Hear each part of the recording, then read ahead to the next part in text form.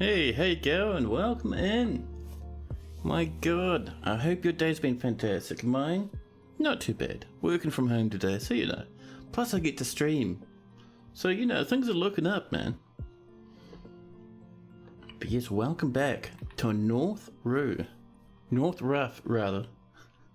Northrough? No, Northrough. Gonna tank, hello. So in this fortress of ours, very early game, we've only just got up the very basic defences, which is a gate where we can seal ourselves. The big the big goal for this fortress, now that we're finally starting to settle ourselves in a wee bit, is I would like to have the fanciest entrance imaginable. That includes things like setting up traps over here, making all this look absolutely amazing, prettifying this a wee bit, and you know, just generally making the place a nice place to live for everybody.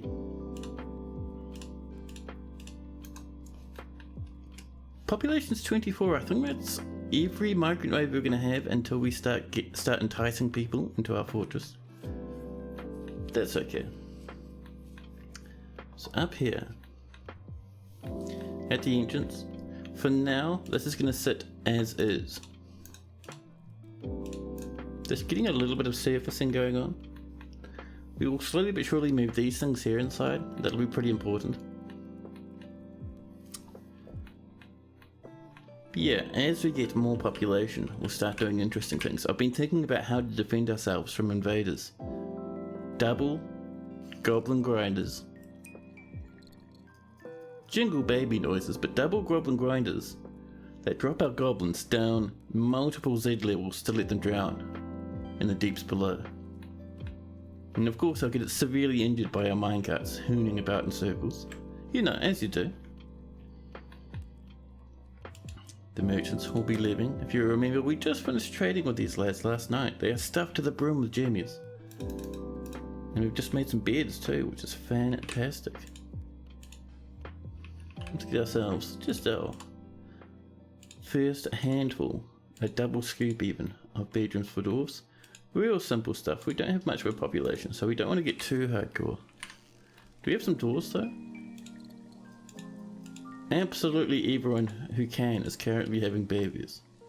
That jingling. It's the baby noise. Napalm has just given birth to a boy, a wee lad. The elves are packing up. They're about to head off now. Just watching these lads running. Deciding how we're going to do pathing. We'll get into that later, but I have ideas on how to make them only walk through the middle of our entrance. Just for fanciness, you know. And our rooms are coming together, which is very good.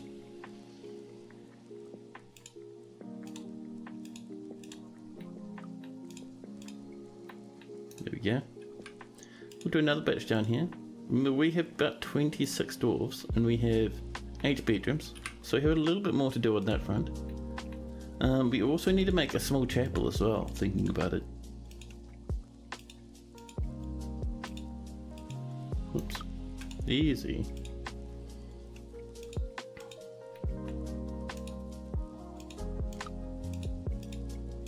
Now, I wouldn't mind having a fortress that spans multiple Z levels, so you can see one part of the fortress from the level above. Just have big open spaces, you know. Should be pretty fun. Is that some combat? Is that those weird little monkey things again?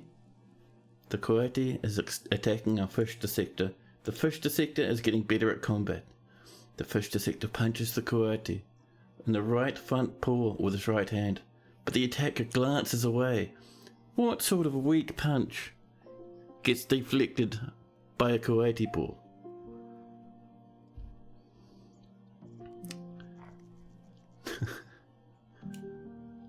The fish dissector takes the coyote down by the throat with the right upper arm, getting it in a headlock, and then releases it on their throat.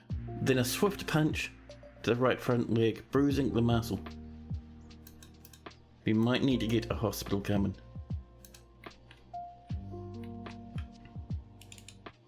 You also might do a bit of doggy trading. Maybe even up on the surface for now. So sort of in this area, very temporarily, we're going to do a... No, not even this. Actually, we can do a pen. Why not? Just for fun. We'll do a doggy pen.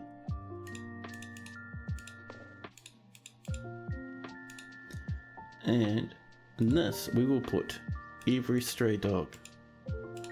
Cats are fine, cows are fine. We just want dogs only. And there's only a couple of dogs. Wow. That's fine. A dolphin child fighting for their life against the coyote. And let's also do animal training. Just right up here for now. Like I was saying, we'll probably get rid of these fairly quickly. It's just temporary stuff, you know. And that will let us turn these animals into war creatures.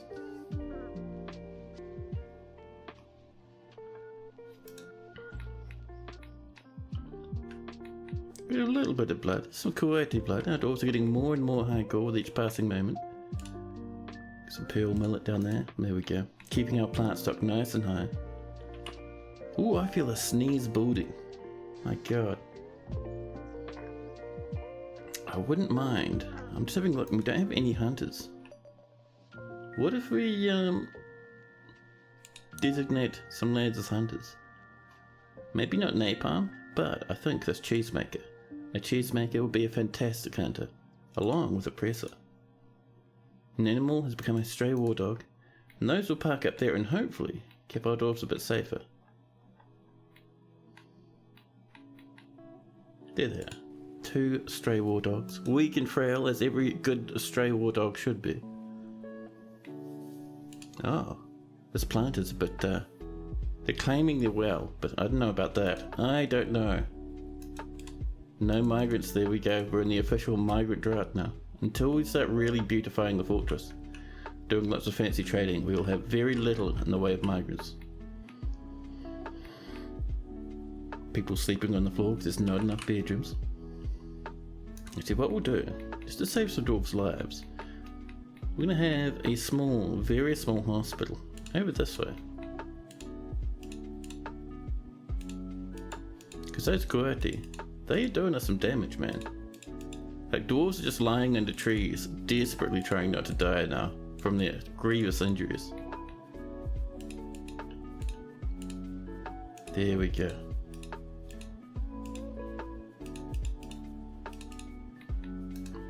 We'll just stock this for some beds and tables. Let dwarves care for other dwarves, you know.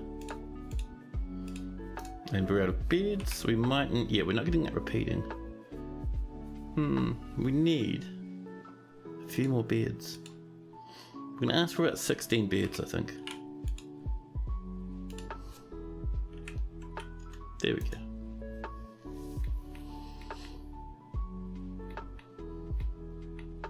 Look at these rotting coyotes. Seriously injured, but still absolutely evil from top to bottom, from head to toe. So there's some yellow jaspers lying around. Nice. Rabbit, if you stay there, you'll die. I understand you want to hang out with your best bud over there, but rabbit, good rabbits sit up on the surface amongst the war dogs. You love conflicted dwarves, say they feel nothing in conflict, thoughts terrified while in conflict. Yeah. I think they're pretending to be a little bit hardcore, you know. Oh, more jaspers. I love it. I have to do some more cutting, I think.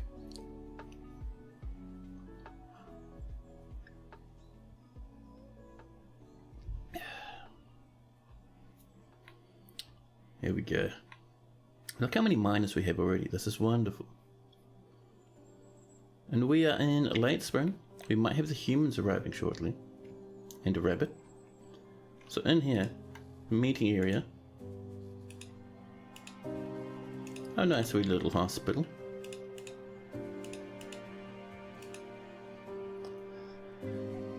And new hospital.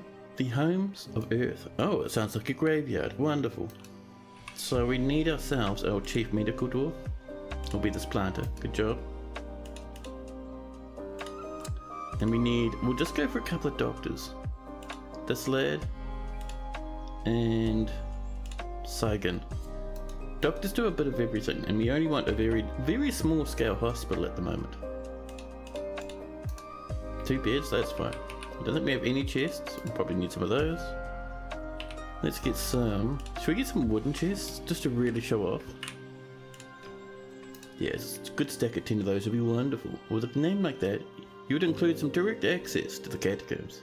To be honest, most of our fortress probably needs that. Everyone should have direct access to the catacombs.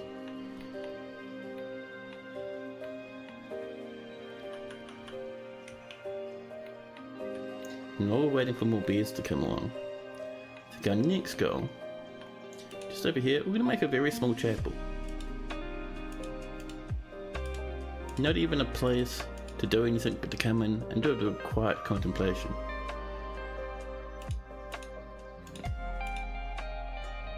And Peregrine, hello! Asking for a dwarf. Do you not already have a dwarf in this fortress? Let's have a look. You do not. The fortress is new and is shiny enough that Peregrine does not have one. What sort of dwarf are you wanting, Peregrine?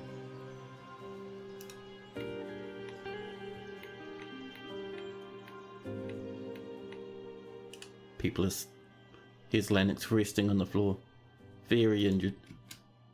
Oh, we need to get some tables. We'll get a couple of rock tables. We've got 1 chest.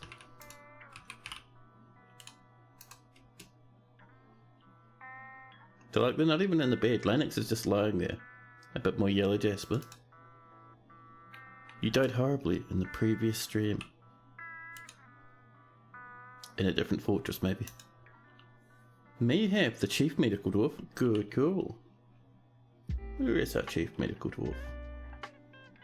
We have a dwarven baby.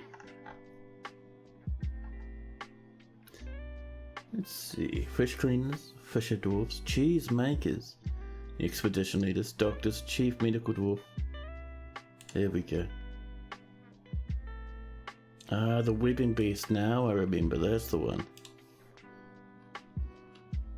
Excuse me, coffee cup. Can you just... Thanks. Peregrine. HPG. There we go. The chief medical dwarf. 64 years old. With a pet blue peacock. A competent wound dresser. An adequate planter. An adequate diagnostician. You're actually a little bit good at almost everything in there in the hospital wise. That's pretty cool. Lennox, hello. You're doing what you did last night, so you're coming in to chill. Chilling is always welcome and encouraged here, man. Welcome, welcome. Everyone's lives are in Peregrine's dwarven hands now. Yeah, good luck everyone. And good luck, Peregrine. That's a lot of responsibility. 26 lives. Cupped in Peregrine's dwarfish hands. Black banded gibbon leather shoes. Oh my god. Peregrine is the fanciest dwarf in the whole fortress. Many friends. Worshipping Arban. Your pet, Lee got up here. The blue peacock, hopefully. They'll grow up and not get devoured by some horrible monster, but in the friends department, huge amounts of close friends. Close friends with Napalm Firestorm. Yes, but will there be a cat? And down here, you're also a friend with the woodworker. Name was taken 001. Hexadecimal 58. Just a passing acquaintance, but you know, there's always time to make more friends. Being a fortress is so new. Peregrine has not killed a single person. Meanwhile, in the personality section, so Peregrine has great analytical abilities, but a poor ability to manage or understand social relationships, and very bad intuition. He is buffeted by others' emotions and can't help but to respond to them.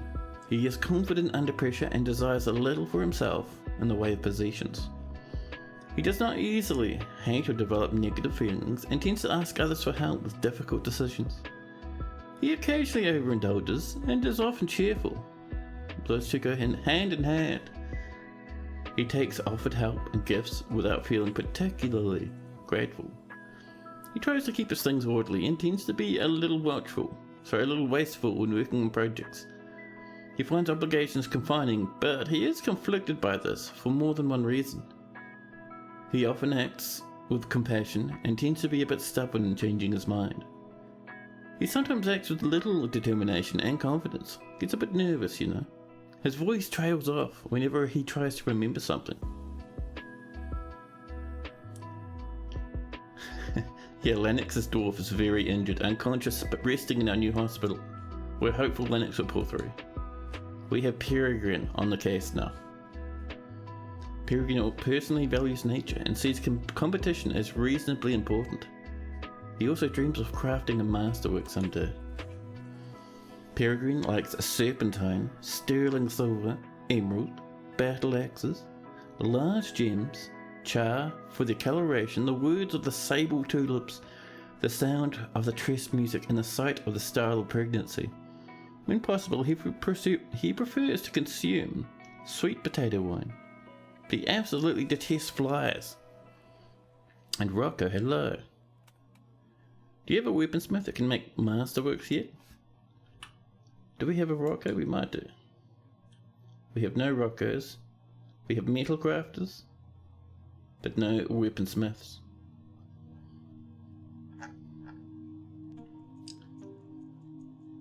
Yeah. We have a free metal crafter who I think can only metal craft. No ability to be a weaponsmith at the moment. We haven't given you a dwarf yet because we didn't have any metal smiths when you asked for one. So we're kind of waiting. Yeah. But if you see one, just remind me, and then you'll get first dibs. Ah, here we go. Here's our in-progress temple. Let's, for now, create another meeting area just over this way. Oh, we've got little wingy bits. That's alright. I'm sure that won't be something I end up regretting leaving as is. New temple. No specific deity, just letting dwarves have a bit of a pray. The Contingency of Focus is the name of this one. People are coming in, including some animals which should know better and should be living on the surface. Other animals, you'll be living up here with the war dogs until we have a safe place for you to live downstairs, okay? Just to avoid a bit of embarrassing corpse smells floating about the place. Cat hooning past into the distance. A coyote skeleton lying amidst a pool of blood. You love how you keep having random impalas sprinting about on your map.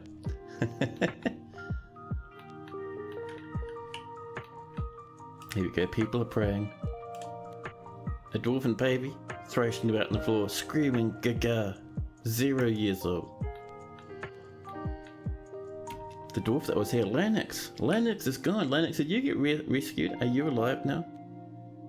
I'm curious to see how Lennox did. The pinning people, they are not angry. How's your health? Trouble breathing. Oh, your ribs are smashed open. Yeah, that'll be that. No big treatments? Yeah, just right false ribs are fractured. Oh, you'll get better. Just be careful. No rhinos yet. You're hoping you can change that soon. Ooh, that'd be cool.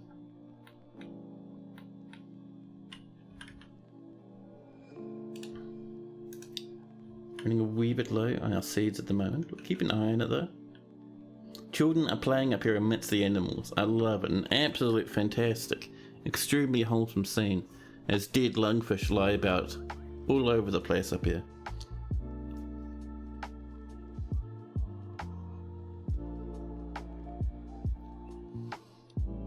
You blame Armok for that one. You want to turn Lennox into a cyborg? Wrong game, man. I think you can only do that in Ribmort. How did the lungfish get up here? Cat, did you come up and kill a lungfish? Are you creating a bit of a ruckus?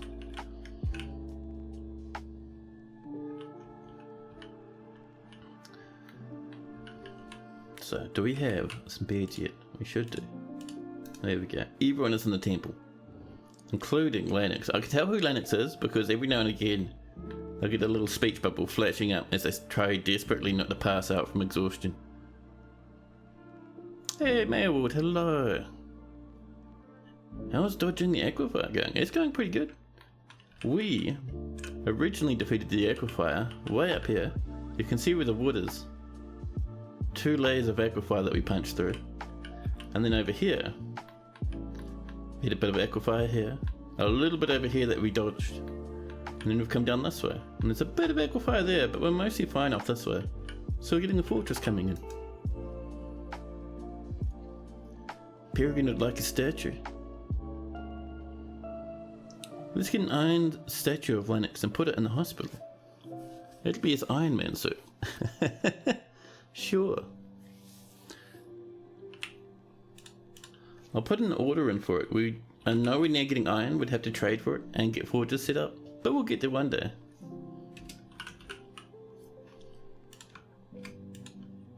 Oops. Yeah, so our iron statue, and it's going to be Lennox. We have 2 Lennoxes. Which is our current Lennox? One will be from the last fortress. Lennox Estivlit. Alright, fair enough.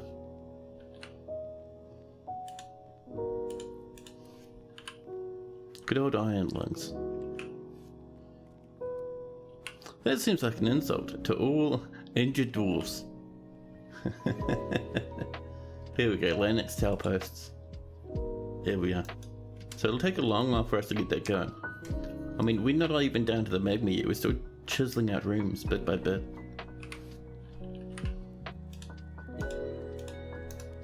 Right, let's get repeating beads and doors, huh? And... a rock bed, excuse me, game. Not quite what I was going for. I am full brain rot mode at the moment after finishing work for the day. There we go. Let's hope he lives long enough to actually use it.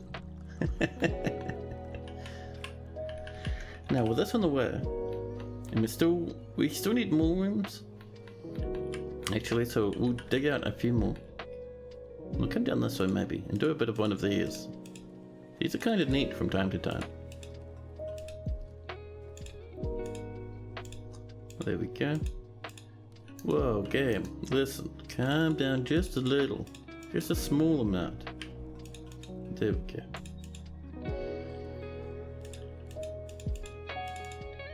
And we can even turn a couple of these rooms into offices for our managerial staff.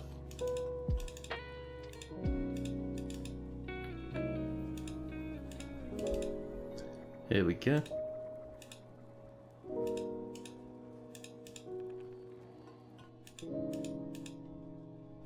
Just like this, and over there. A good recollection. And we're also going to want to make a path over this way that doors can continue through, because we would like to kind of expand down to the south some more.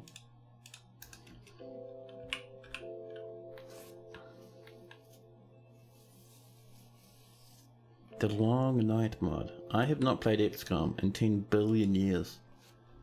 That was crazy that, like, when XCOM 2 came out, the people who are developing XCOM 2 actually paid the developers of the long mod for XCOM 1 to create a new version for XCOM 2.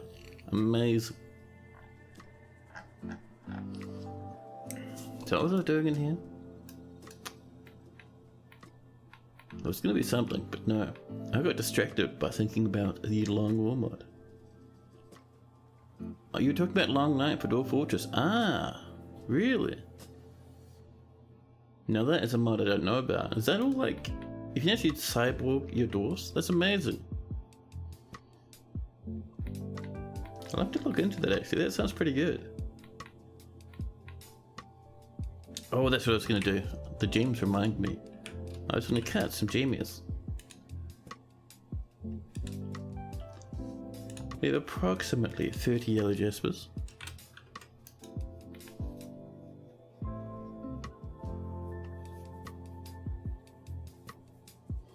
We're also going to put in an order in for 2 thrones for now. Just 2 little wee tiny wee thrones. Nothing magic. Hey Lennox. How do you do delay for the spike trap to where it can stay up and others retract? Oh, you mean for the one we did in the last fortress where it was like alternating?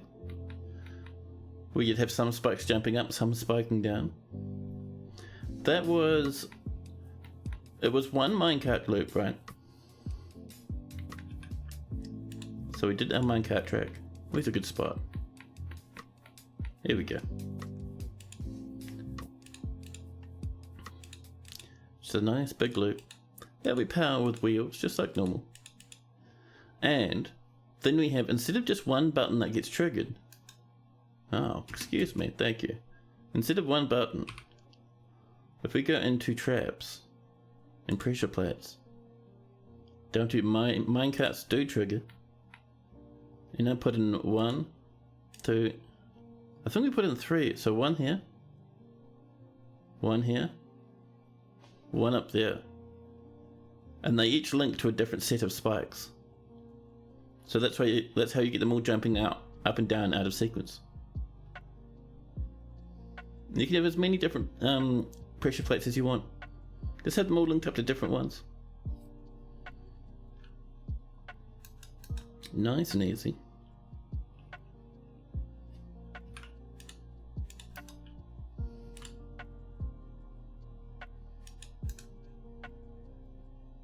See, XCOM was way better than any further versions. XCOM 2? Oh yeah. Or do you mean XCOM 1? XCOM 1 had some nice stuff, man. I gotta admit, it had a lot of good stuff in it. Like XCOM 1, the reboot #1? Yeah. XCOM 2 had a lot of nice stuff, but I think the theming for XCOM 1 was much better.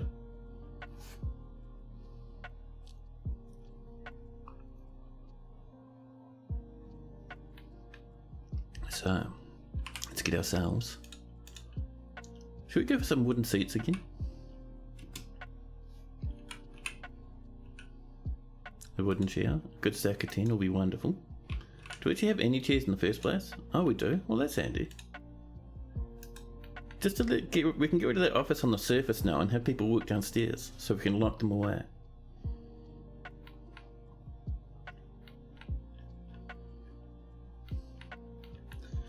Now, 26 population, that is not bad at all, really. Well, we're out of things to plant. Mostly because I think drinks are too high. Let's drinks dip down a wee bit and we'll do some more harvesting. You really like the aesthetics of the 2012 version of XCOM 1. It even plays decently on your potato computer. Yeah! I really like the system they had up with the expansion, where if like one of your lads got too injured, you could start giving them hefty surgeries to make up for it. Or could you just choose anyone? I can't remember. It may have just been that you could choose anyone, and then I RP'd it to only have people who got severely injured in combat. I think that's more likely.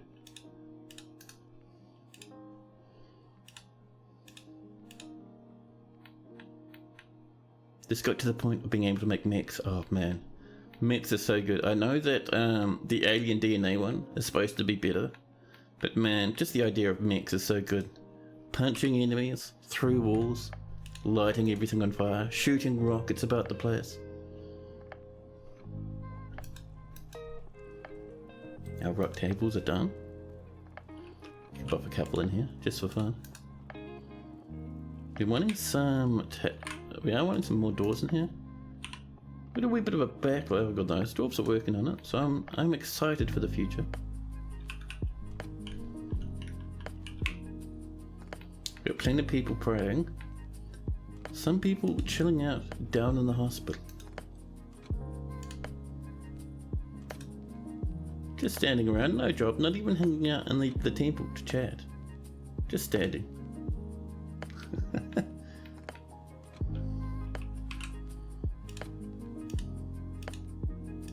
There we go. Oh, chat.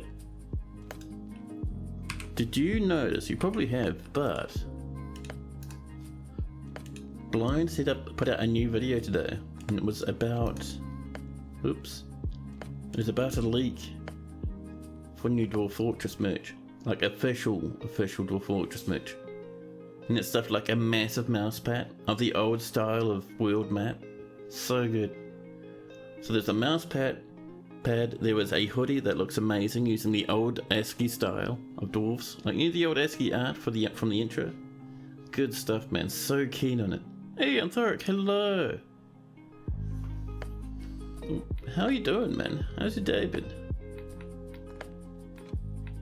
But yeah, there was the mouse pad, the hoodie, soundtracks as well on record.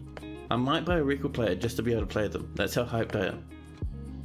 And I think the last one was like a journal or something you could get. Look at those dwarves sleeping in the actual beds. Oh, you can pick anyone? Yeah, I must have just been RPing it. Yeah. Do you think you can pick in? Can have it done to anyone, but it's probably better to do it to injured people who already needed medical care. Yeah, man, I might go back and play that game again. Maybe this, as Christmas gets closer and work starts calming down.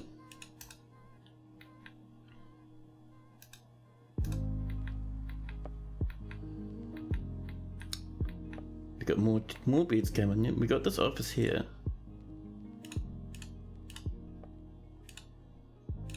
And this is going to be for our new noble, our bookkeeper. We have 3 different types of bookkeeper. Avus the clerk is our bookkeeper for now. They are the best. Avus, where are you? There we go. Oh look, and the gem cutter gets it as well because they're married. Our chests have come in, which is good. We need them for this stuff. Look at all those medical supplies, fantastic. Oh, we were going to put a table in here, weren't we?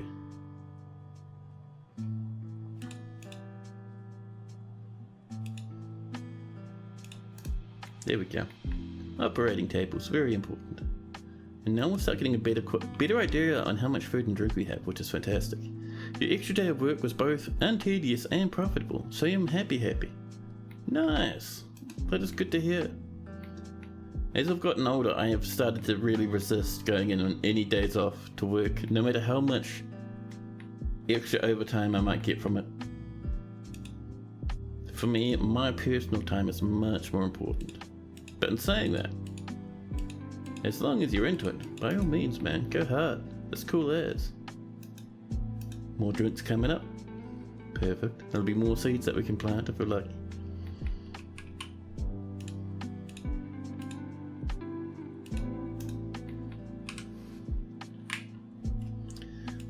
So one thing I think that we're going to start focusing, now that we're getting these bedrooms together, I wouldn't mind digging down just a little bit, finding what awaits us in the depths below. So this place is mostly silver and lead, right? So we won't be getting any proper armor. We can get some leather because we won't have anything else, but every other material we'll buy, which will be a fun bit of a challenge. Plus a lot of our defenses will be made of whirring machinery and spinning carts.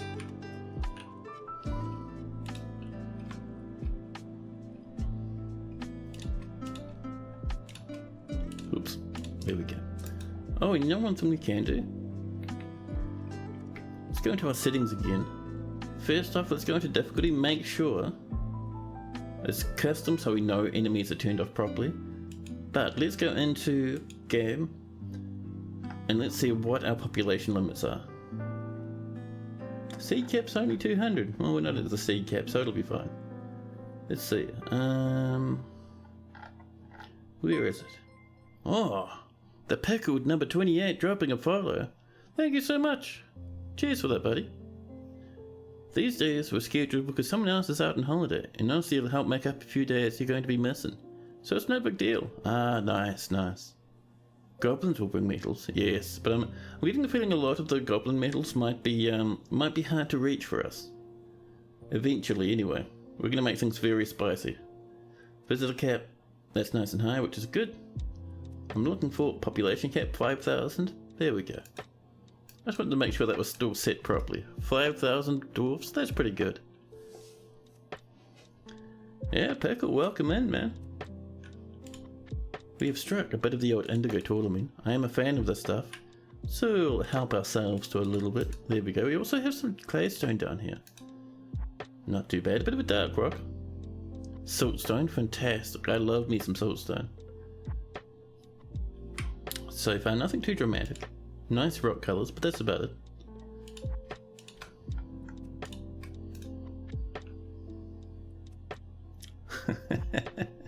And Thoric has gone to full rabid mode.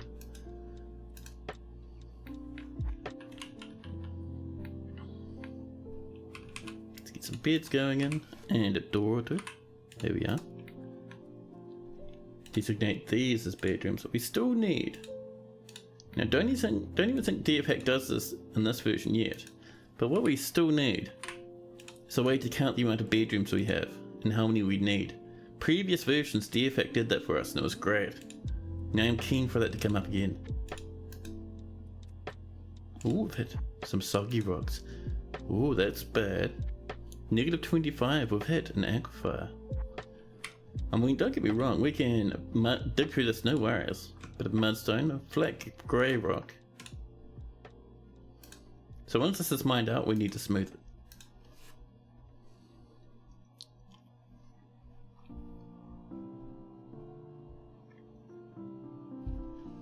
There we go. And this is all damp. We'll give it a smooth. And then another bit of soggy rock.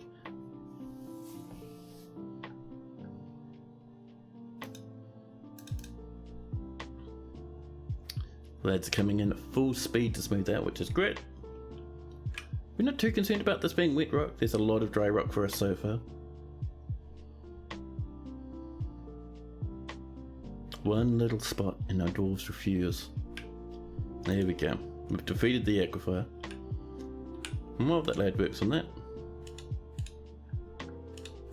let's mine these through.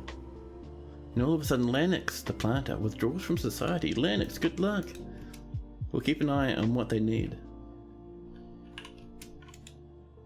More soggy rock down in the deeps. Well, at least our dwarves are trying their very best. The Lennox claimed themselves a mechanics workshop.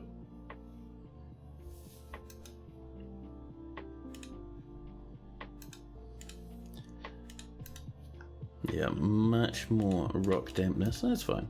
We'll dig through slowly and carefully, smoothing on our way down.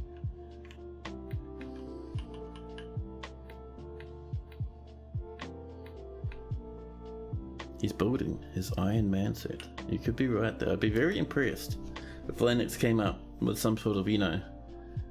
Actually, yeah, it's like a mechanism, so it'd be like the engine for the Iron Man suit. I love it. Poor old Lennox. Half passed out. Oh snap! Gunner Tank, you legend! Gunner Tank's continuing the gift sub they got from Jitterbug. That is cool. Cheers, bud.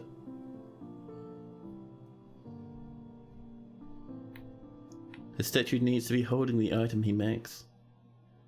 We could change it if you'd like. At the moment it's the historical statue, so it's going to be something about Lennox. It might be a statue about Lennox making this. It might be a statue about Lennox turning up. It might be a statue about Lennox getting horribly injured and breaking a rib.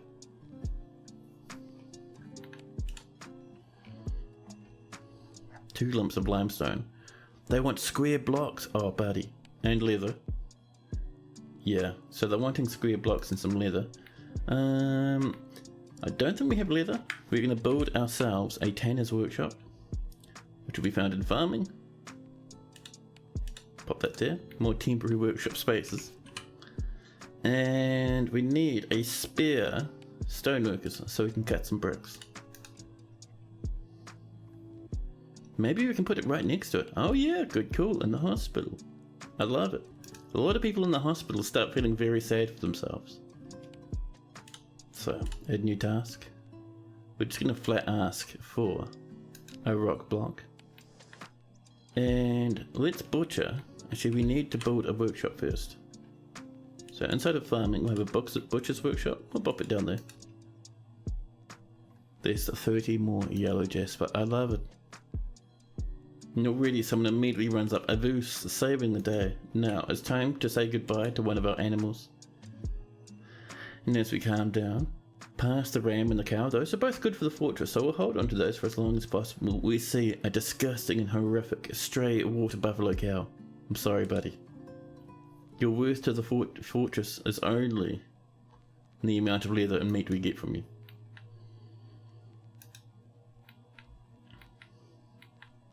Lennox waits. We've made 10 wooden chairs. We have 2 of them in here already.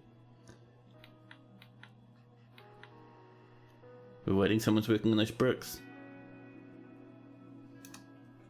Lennox, we did a brick. Lennox is going hard. No migrants again.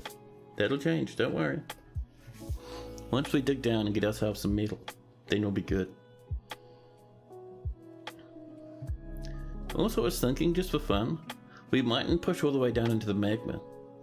We might make ourselves some upper level forges, just for the time being. We've done it before and it works quite fun.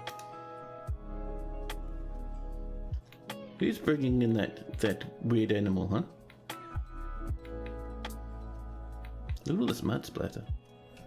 The stray water buffalo bull has been slaughtered. They snuck past us. Lennox, your leather's on the way. Be careful. Look, we're already tanning it. Any second this will change from skin to leather. Takes it wee while. People are not necessarily super skilled tanners. 3 water buffalo leather and Lennox is happy. Lennox has begun their mysterious construction. Life is good. Now, how are we doing for bedrooms, by the way? We're missing 1, 2, and 2 babies, which don't count. We can snag a couple of bedrooms. Just over here, I think, and we'll be fine and happy.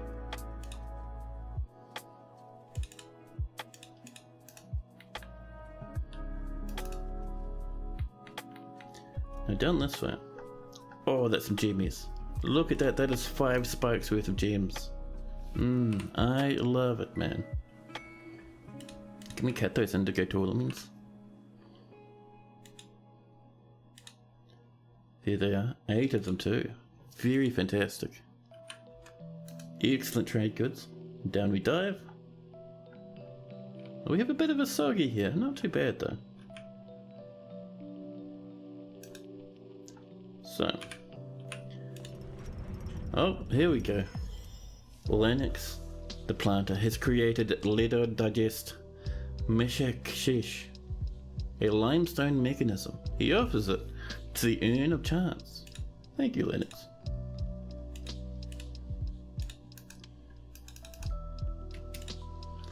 So, it is called Seed Gloss, the Speechless Socket. Value is about 4,000. This is a limestone mechanism. All craftsmanship is of the highest quality. It is encrusted with cushioned limestone cabochons and menaces with spikes of limestone. On the item is an image of a 6-sided prism in limestone. On the item is an image of dwarves and water buffalo leather. The dwarves are travelling. The artwork relates to the foundation of inkwells by the barricaded guilds and the bearded tables in 55. Ooh, ancient history. Let's get a pedestal, huh? I think for now, just the one. We don't want to blow everything out of the water here.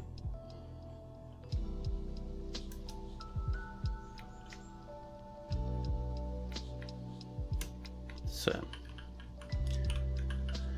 meanwhile, down this way. We're digging and digging.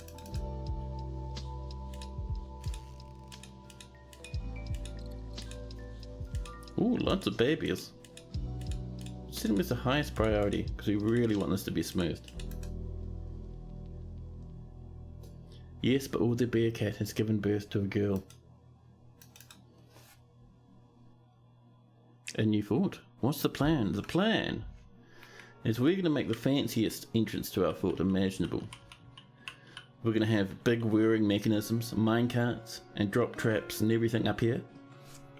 And on the other side of this river, we're going to have a very fancy, a very decorated entrance with big pillars and maybe moving minecarts and all sorts. It's going to look really cool. And it'll extend into the fortress with a very nicely patterned road. the statues and stuff. It's gonna be nice. And turnip trucks. Turnip trucks. I think we could go grow some turnips. We could do it.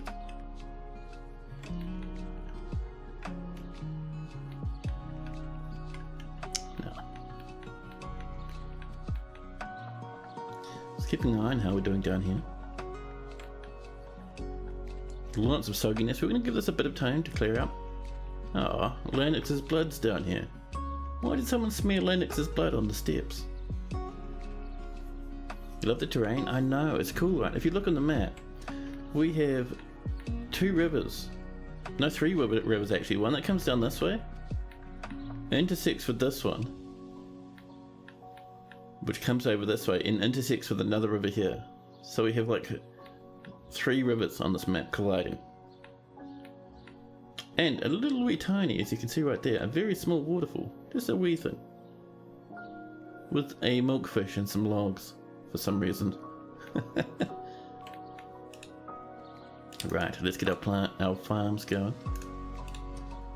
Bit of rice, there we are.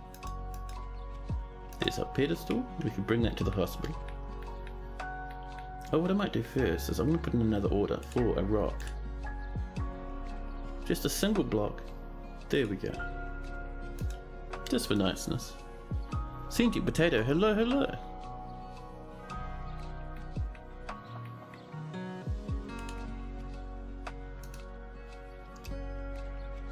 Let's see.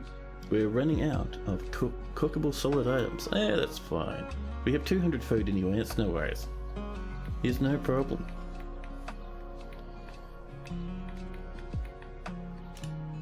We're waiting for this. Oh, we've got a whole heap of blocks already. Well, that's fine. I'll pop it up here like this. Hold on. Let's specify our blocks, shall we?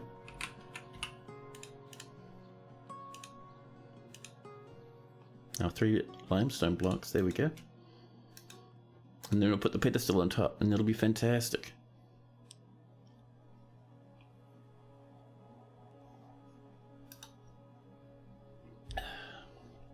So, let's get our display in. We'll park our display here.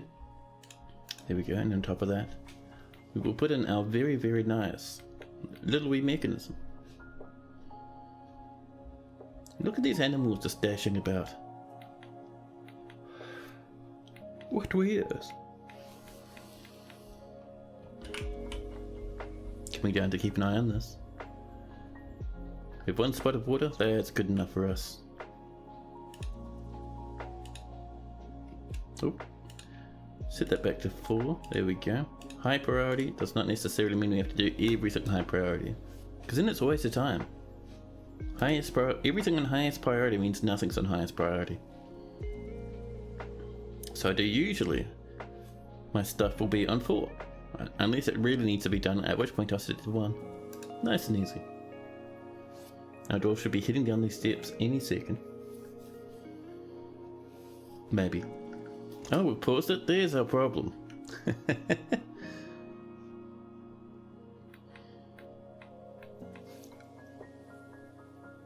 Ooh, but the petrified wood in our travels, nice. We are still very damp though.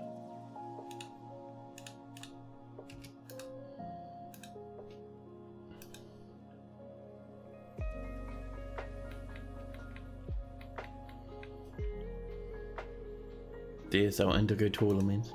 That is some good trade value, man. Those will go for a good amount when we get our next batch of traders coming. Now, where's our mechanism? Our fancy mechanism. There it is. The heart of the iron suit for Linux.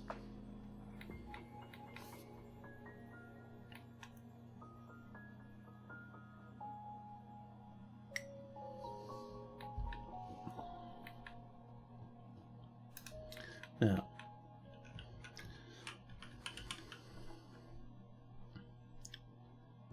this is all smoothed up. There's that petrified wood. It's a pity we can't mine it, but it is a wee bit soggy.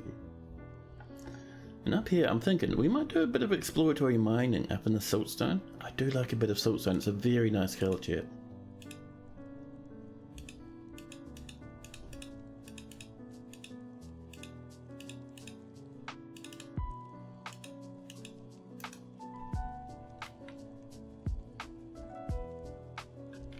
There we go. A lot of people just praying. Which is good. It'll keep our happiness nice and high. Never overwork your dwarf when it's very early on in your fortress's life.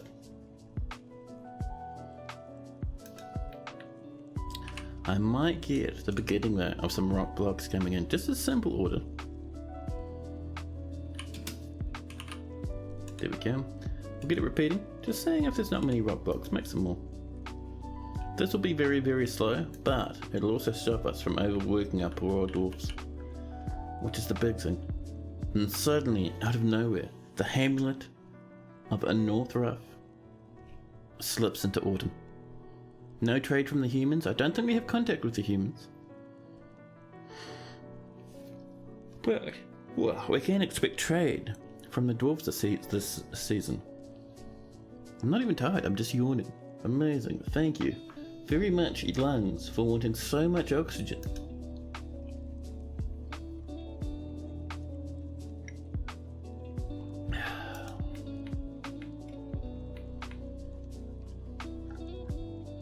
Still waiting.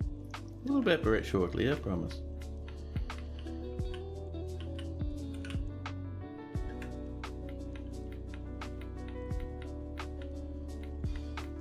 Now, we should have a couple of beds ready for the last 2 rooms we need, which would be very nice.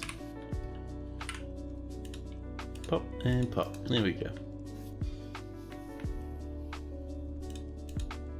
Keep clicking outside my window, it drives me mad. I play Dwarf Fortress windowed when I'm streaming it, and man, for whatever reason I managed to click off outside my window and just selecting other stuff behind. Maybe it'll be Steam, maybe the little Xbox game store thingy, maybe just a random window I have open. And oh man, so frustrating. Oh, pardon me, hiccups now. There we go, food's coming in. Swap that to rope breads. Same with this one. And this one will be hiccups. No, this one will just let grow for the moment. Hey Jitterbug, hello, welcome in. Animals up here are taking care of themselves, watched over by our 2 very strong war dogs.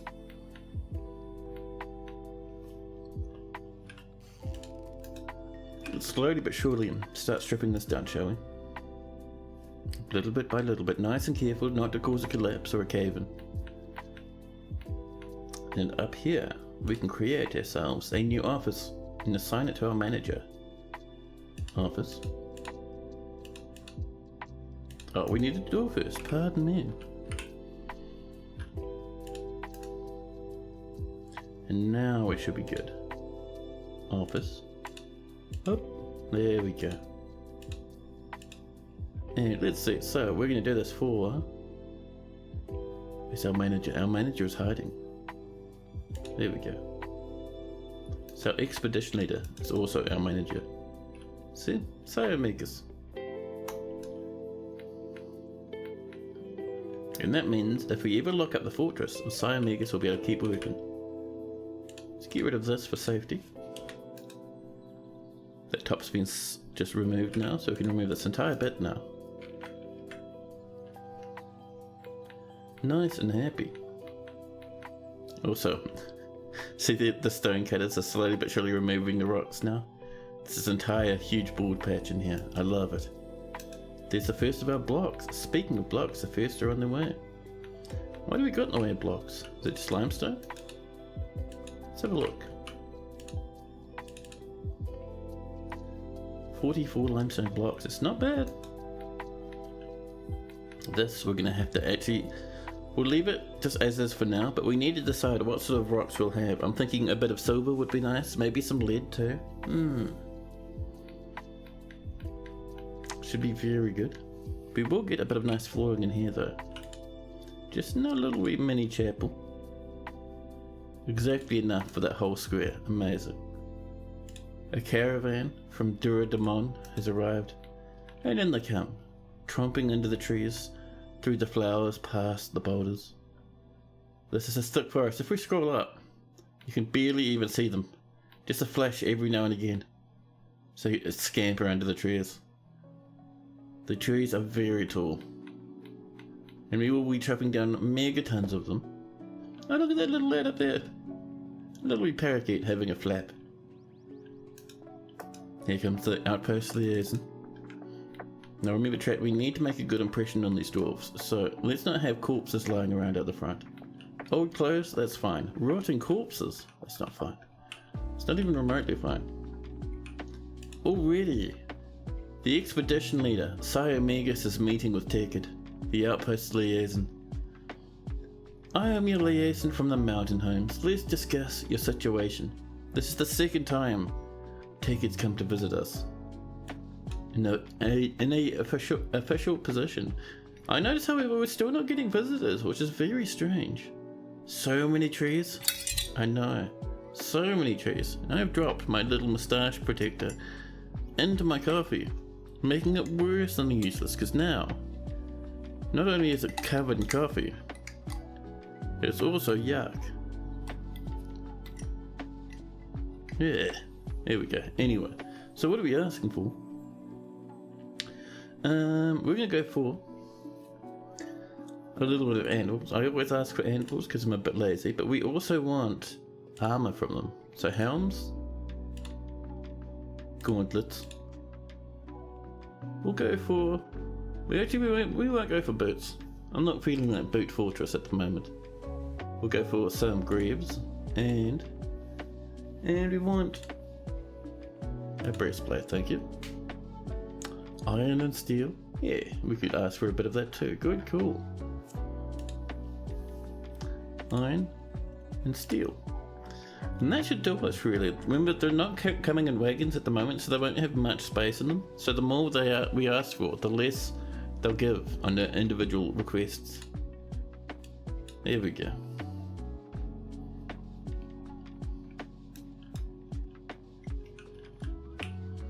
They'll be trumping away, but let's move in some genius. We might have some food we can make as well. Oh, look at these large gems. Yellow cut jaspers, radiant, oval, and round. Nice. Anyway, so we're looking for cut gems. Not the jaspers, but look at these, 1,000 a pop. That's somewhat because our broker is not very good at brokering, but that's okay. We'll also come down and have a look for prepared meals. They might be sitting in barrels or pots. Hello, barrels. Sort by value. Let's see, what have we got? A lot of beer barrels. Prepared food. This one up here is worth about 2,000. That's a good start. And anything in tools? I don't think. Yeah, there'll be nothing in tools. That's all good.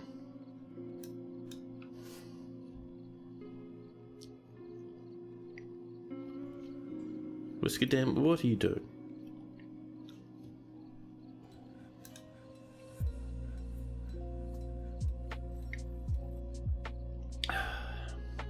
Here we go, the merchants have finally made it in. We're waiting for one more item. In the meantime, we'll ask our broker to come over. They were just having a bit of a pray, but they'll be happy to pop in and help. And Goku, Ryujin, coming to the raid. Hello, Tolus, how you doing, man? Welcome in, Raiders, how are you going? How was your stream?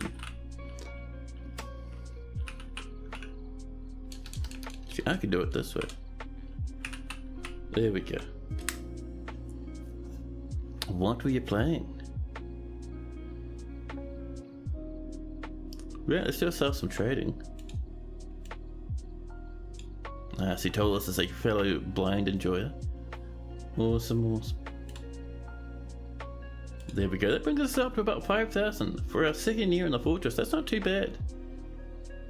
Not bad, you're relearning Dwarf Fortress on a waterfall map and trying to build a hydromechanical dam. Oh, I love that, that is cool. Atlantic, thanks so much for gifting that sub to Tolus, that's awesome.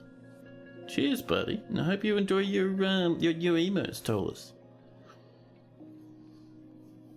So these lads are coming with some iron.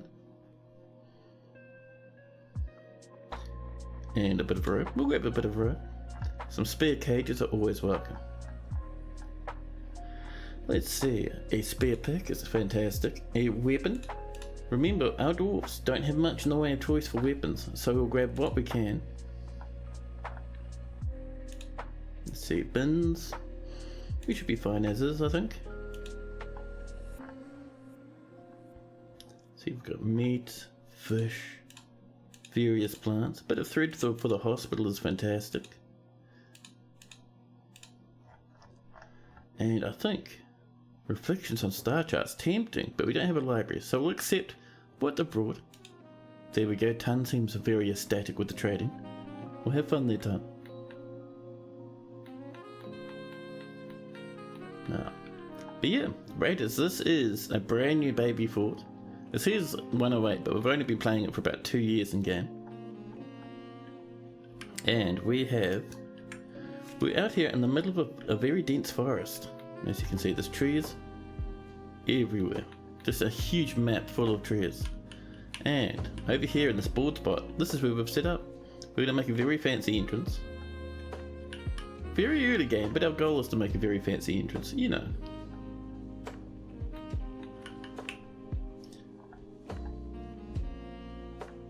Now let's get this jumping down a little bit further, shall we? Hop and hop. One day we'll breach the second aquifer. You'll eventually snip most of the people that are in here. Oh, you don't have to do that, Lennox. Just hanging out is plenty for these streams, I promise you. Lots more soggy rockies, that's alright. Making a fairly fancy fort there. Yours are almost, normally at most 3 wide hallways. Once you get a bit into Dwarf Fortress a wee bit more, I usually find with most people, they'll always have a little bit of blockiness, a little bit of structure, but they'll start getting a bit fancier and fancier as time goes on.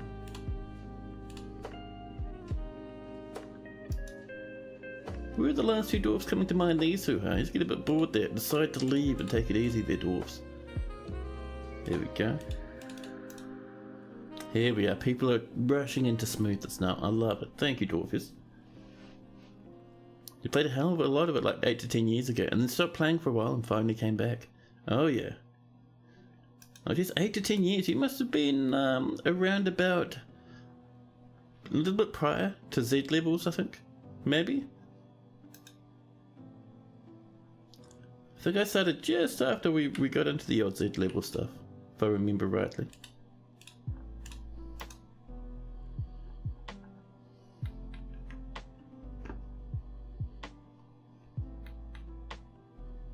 Oh, immediately more damp rocks, huh?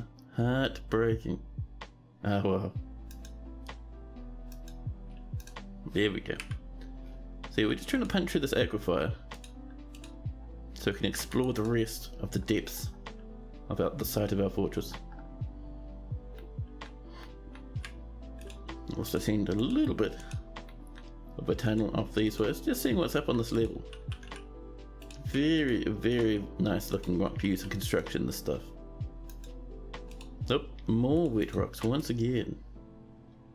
Right, let's keep smoothing. Yeah, that's all damp. Well.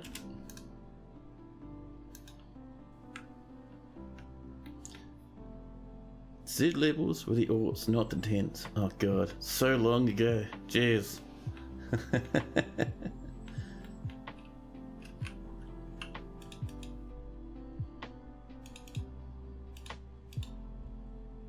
Here we go. Let's finish these up a little bit.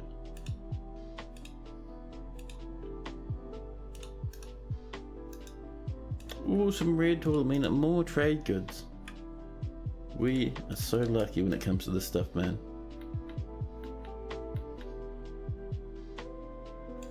And a bit of kaolinite, which I think we can use for maybe, I could be wrong, but it might be used in a bit of the old earthware. Version 27 for Z levels. Ah, interesting.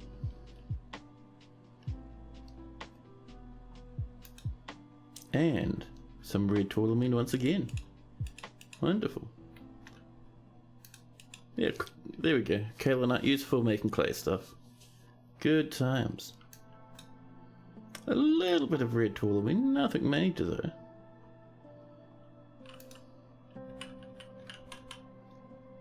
And surely we can find something better off this way.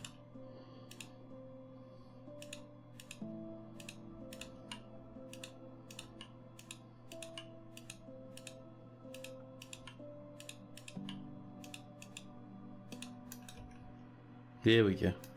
The merchants will be leaving. We've done our trading with them, so that should be fine if they head off. He bought many cages and whatnot. More red toilet meat, there we are. And that's what we like to see. We'll help ourselves to a wee bit. Now how are we doing down this way? We are nice and dry. We're ready for the next piece of digging. There we are.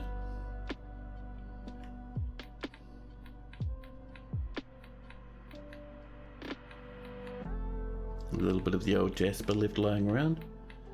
Yeah, I think at the moment we are pretty good on bedrooms, which is very nice. We have one very angry door for some reason. I don't know how that was managed. A bit more kaolinite, sure.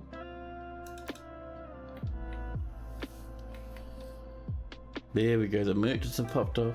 And more red tourmaline, heavenly. Oh, it was only those three, and a little bit up there. Oh, don't mine out the kaolinite. That'll take years of effort. You can like, for whatever reason the game lets you mine out kaolinite as a specific vein. So you'll accidentally end up mining out these huge swaths if you tag it. Now, oh, let's get some more gems cut, shall we? We're gonna go for, ooh, 25 red tourlaments, not bad.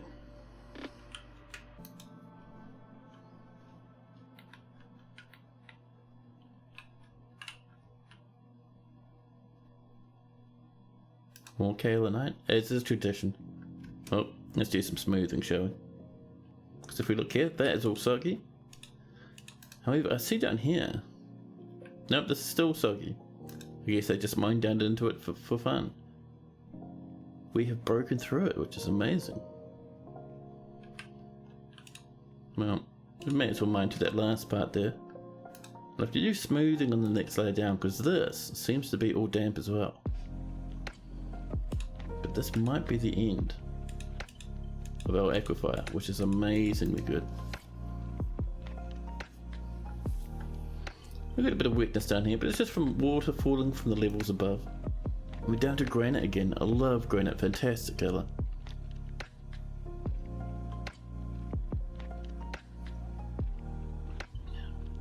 What we really want is something really cool, like, man, bauxite or jet. Maybe microclimb? So, this all looks dry now. We'll just wait for that water at the bottom there to kind of evaporate and I'll be happy. I'm also keeping an eye out, aside from gems, I'm keeping an eye out for a little bit of that silver and lead. We should have galena around somewhere.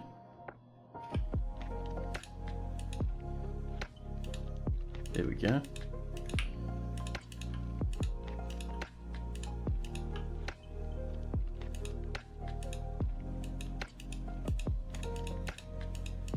Yeah, just making a bit of a wiggly path around. Hey, we got migrants. We haven't even started smelting stuff. We got a swift kiss of migrants. Looks to be about 4 or 5, but hey, breaking past that barrier is always a good thing. So it looks like we got Sagan, a hunter. Good, we could do some hunters. We got the others, a peasant. Nice, and it looks like, apart from a hunter and a peasant, they brought a double scoop of children with them. Disgusting.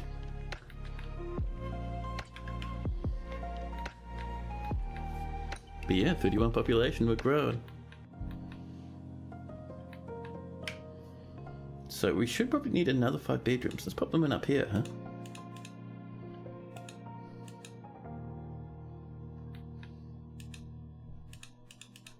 Three, 4, and... Oh, not like that, hold on now. 5, there we are. We can mine out the middle and it'll work it nicely. It's a small, wee little tiny courtyard sort of thing.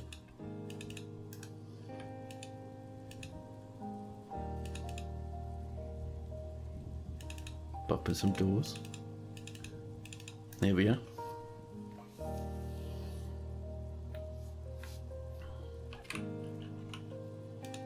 Just knocking a bit of our limestone. We have 28 limestone blocks, 4 iron bars, nice.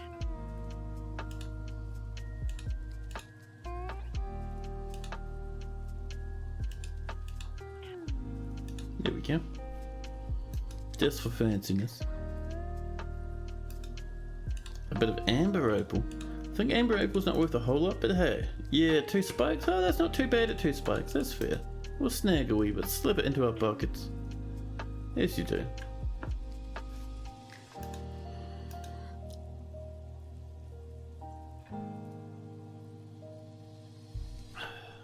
I've completely demolished my coffee. Now in here, we could do more limestone, but we have so much other stuff. Look at all that wood. I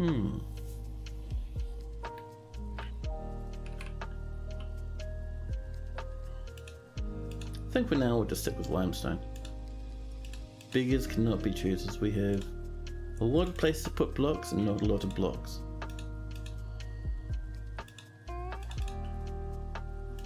There we go.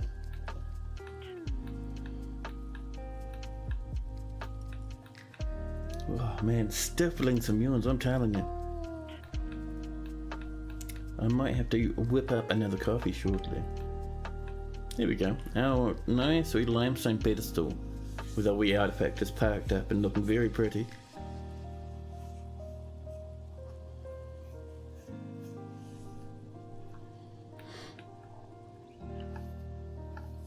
Further down, what are we doing down here? This is all evaporated, which is heavenly.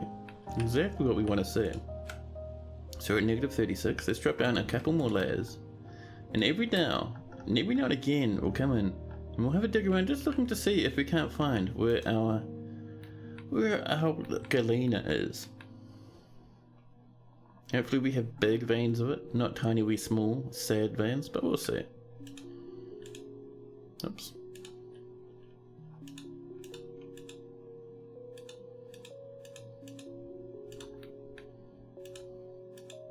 Bring that back around again.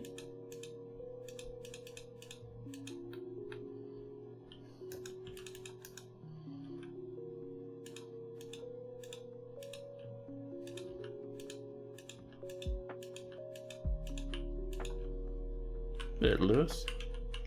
Should be pretty good. Keep our miners busy, and we'll get some quartzite. A bit of quartzite, very nice. Cami damage.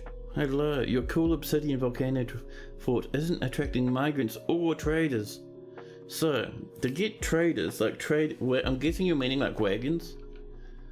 So for wagons and stuff like that, you need to get your baron. And to get your baron, your fortress needs to be doing quite well for itself. It needs to have a lot of wealth, a lot of output. And to get migrants, ooh, magnetite. Wait, magnetite? I didn't know we had iron here. Well, that's nice. But to get migrants, you need to do 2 things. First off, show off to the outside world that your fortress is amazing and fantastic. You can do that by boosting up value to begin with of your fortress, so putting in nice decorations, happy floors and constructions, and also doing a lot of trading. A lot of trading. Give the others heaps of goods when you're trading. And you'll start attracting migrants and your nobility, which will get you better wagons and whatnot. But yeah, we've hit magnetite, smoky quartz, amethyst and galena. I'm keen for a bit of amethyst. Oh, over here, nice. Bit of auto mining going on, some amethyst.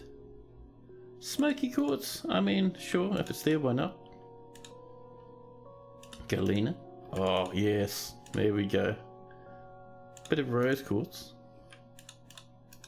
I won't say no to a bit of that. It's not worth much, but it's a very pretty rock. And we do have magnetite, which is very strange. There we go. Only tiny lumps of magnetite, well that's fine. Are you isolated in a mountain range or alone in an island?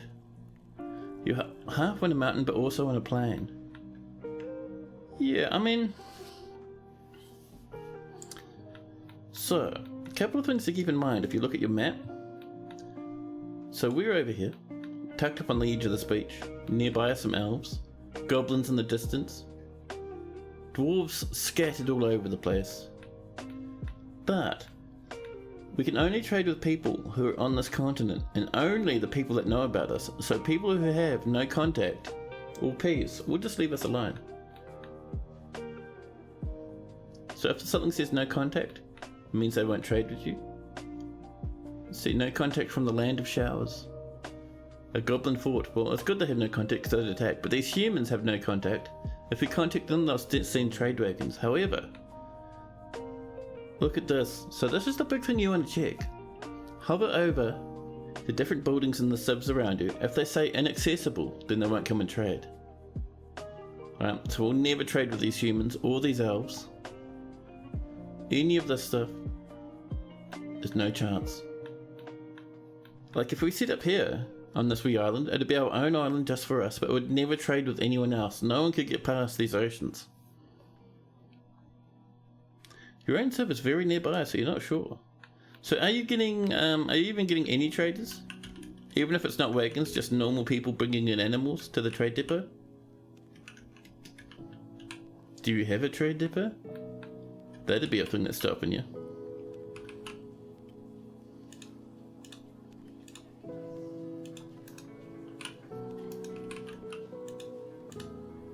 Oops.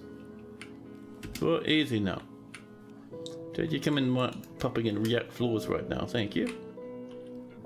Select the material after placement is what we want. Lots more limestone. It might be worthwhile us moving our food, not our food production, but our food processing inside now, I think. Get a nice bit of an inn. Because I was thinking to myself, why are people not turning up? And it's like, oh right, no inn, no visitors if you have no inn.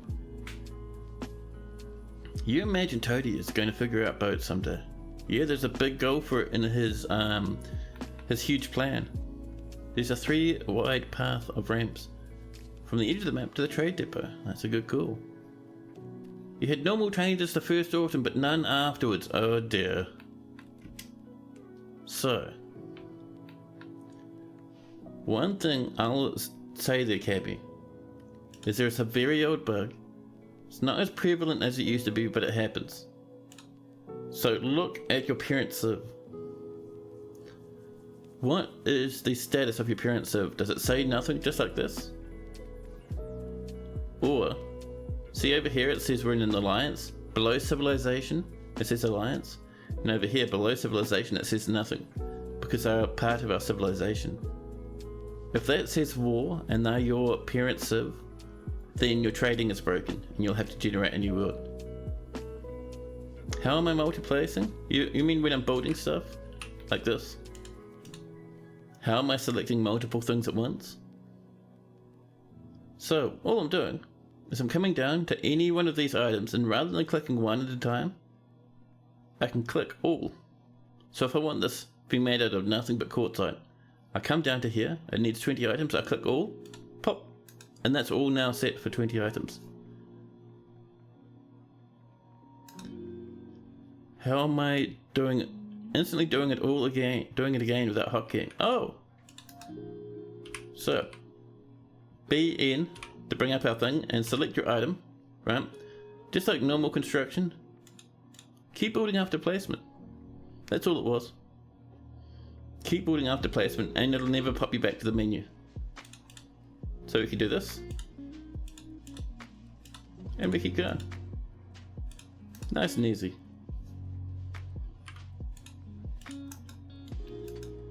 We've constructed some more galena and two delicious lumps of pink garnet. Also galena on the floor, wonderful. Lots of galena on this floor. Oh my god, amazing. Now we'll let our dwarfs work on that, and up here, we're gonna build our very first forge setup. So where's a good spot? I reckon. Actually, you know. Oh, we ended up building one of our pressure plates. We'll remove that, thank you. Do I ever use the DF hack builder? You didn't like it at first, but it's saving you a lot of clicks. I know a lot of people recommend it. I know it's pretty good, but for myself, I don't like it. I like doing it just my own way.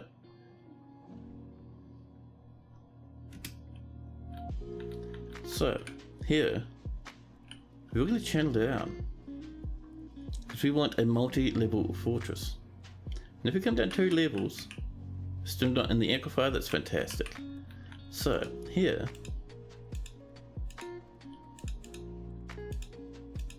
Every now and again, we'll just open a nice wee holes up. It'll come down a level or two. Make sure there's enough space for doors to get through without having to squeeze past each other is the big thing.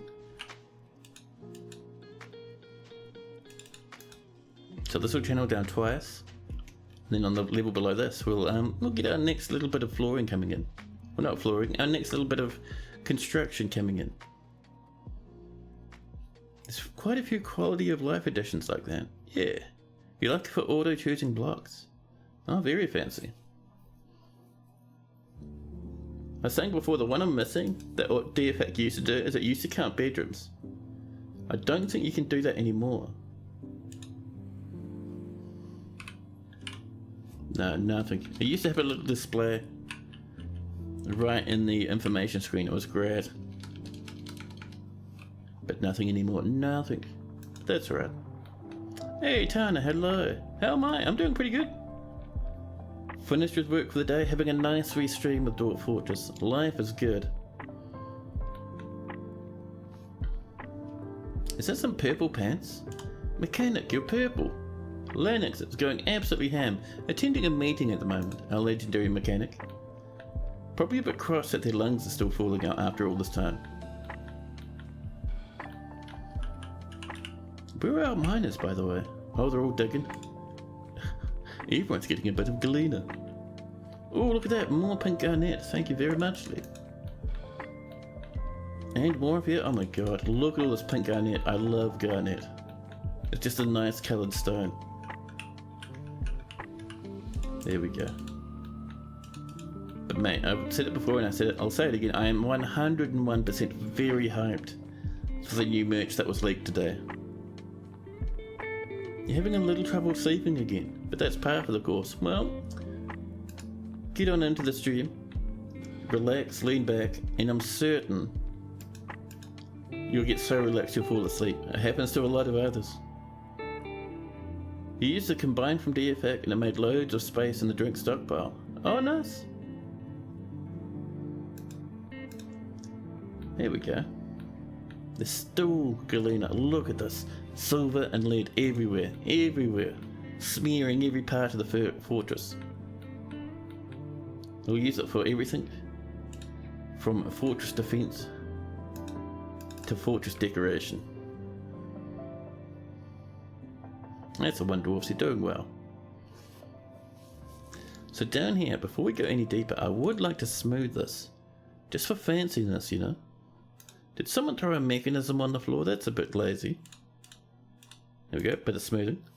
Don't need to smooth the middle bits, to be honest. I mean, you can if you want, but it is a bit of a waste. Much was smooth. We could engrave if we wanted to be fancy.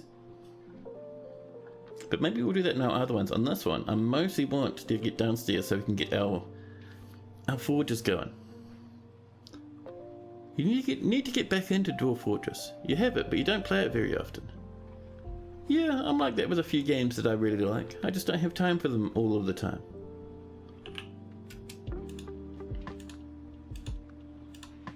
But it is what it is sometimes. Doesn't mean you don't like them. Just means you're a bit busy at the moment.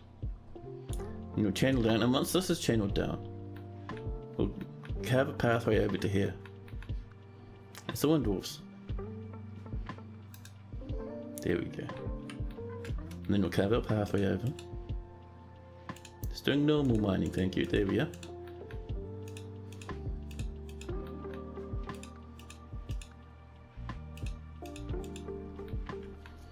And we'll clean that up just a wee bit. There we go.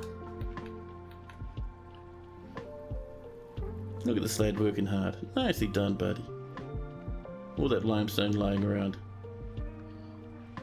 So yeah, the goal is we have a multi-level fortress like this. Should look pretty good.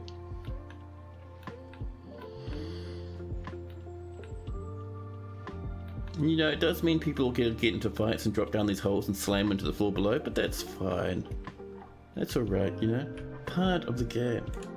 So up here, we're going to get our furnaces coming in. These we will use for smelting.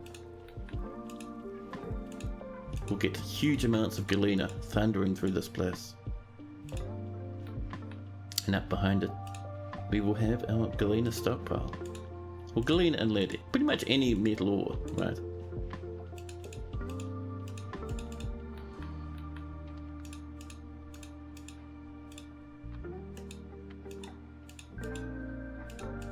Down and over this way.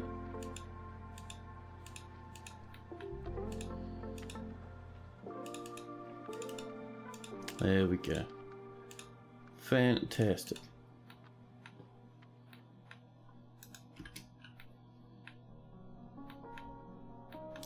And we'll be able to see dwarfs on the floor below running about and working.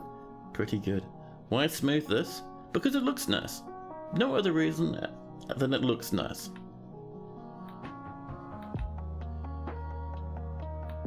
Yeah. I do a lot of things in Dwarf Fortress for no other reason than it looks nice. The chief medical dwarf withdraws from society. Peregrine. Good luck. They dash off. What do they grab? A stoneworker's workshop. Good luck. They've grabbed themselves a piece of stone. Oh, some more yellow jasper. I love it. Oh yeah, just up here where we're going to put in our stockpiles. That's alright.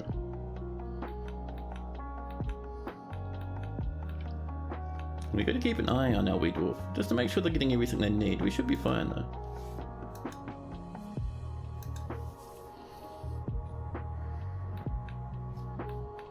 Yeah, we'll come back every now and again to see what they're up to. We don't want to lose poor Peregrine. That's all cut out now, fantastic. So, before we get too much further into this, we need to put flooring in. You know what we could do? We have 47 blocks, not quite enough. We can do a little bit of our blocks. But what I'm thinking, it might be time for us to change how we're doing our rock blocks and just getting them going all the time. There we go. And Jitterbug would like a dwarf, of course. Of course, Jitterbug. What sort of dwarf are you feeling?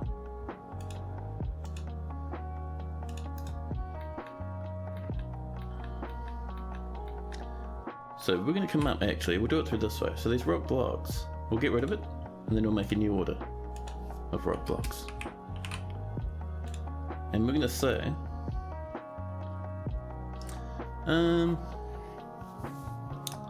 actually we'll do it this way. If there's rock, instead of doing 10, do like 300. Yeah. And it looks like Peregrine's begun their construction. That's another artifact on the way. Oh, we have a memorial to name was taken. We should pop that down. Oh my god. So that's all the limestone blocks we're moving out of there. But what they're using a lump of limestone and some pigtail cloth. Just a simple wee artifact. But that's okay.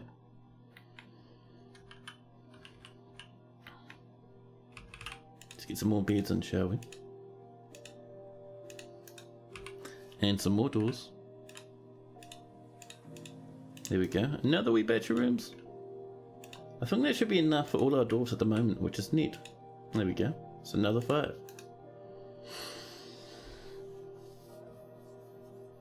And first unnamed dwarf above the children. Of course. Is it normal that a single human spearwoman killed a whole pack of those cavern lizard men? Yeah, I mean, if you think about it, the cavern folk, they don't really wear a lot of armor. Yeah, exactly like Gunnar says. If they're armored and the lizard people weren't, they'll carve right through them. The fight was a bit like a Jackie Chan movie, and the enemies came one by one, more or less. It was weird. Oh, they're being very polite in their combat. That's nice. So let's have a look at a dwarf for Jitterbug. And just above Easem, the dwarven child, is Moses, the militia commander. Moses, your new name is now Jitterbug.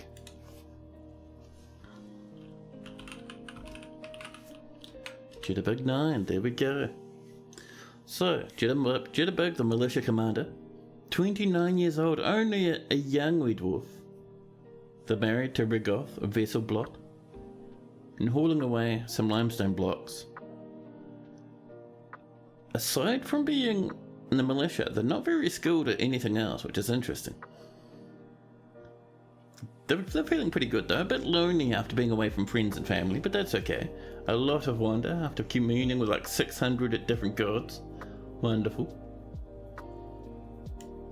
And they're hauling some blocks because they're going off to build something. They do not have any of their friends or family in the fortress. They've come by themselves to seek out a new life. Oh no, they have cousins. Claiborne and yes, but all the bear cat. They're cousins. They have good friends as well. They've just been a bit too busy to hang out with them. Before coming here, they've killed nobody. So Jitterbug has very good intuition, a great memory, an ability to read emotions fairly well, a good intellect and a good kinesthetic sense, but little patience. Jitterbug's a bit bashful and can get caught up in internal deliberations when action is necessary. He does not find most jokes humorous and doesn't often experience strong cravings or urges. Jitterbug doesn't tend to hold on to grievances too badly and likes to brawl. He does not have a great aesthetic sense and is conflicted by this as he values artwork and its creation. He generally finds himself quite hopeful about the future and doesn't often feel envious of others. He gnaws his cheek when he's annoyed. So Jitterbug personally sees perseverance in the face of adversity as bull-headed and foolish. Respects a society that has settled into harmony without debate and strife, dislikes cooperation, and finds the pursuit of skill mastery off-putting. He dreams of raising a family. And then finally, Jitterbug number 9 likes petrified wood, copper, wood opal, the colour pale pink, four-sided prisms, water buffaloes for their water wallowing, naked mole dogs for their wrinkly skin, and the sound of the sparkle of embracing. When possible, Jitterbug prefers to consume rattlesnake, rye beer, and blackberries. He absolutely detests rats. Frozen Gold has been socialising in your tavern for so long, you think you trust it now. Yeah, just don't get them angry.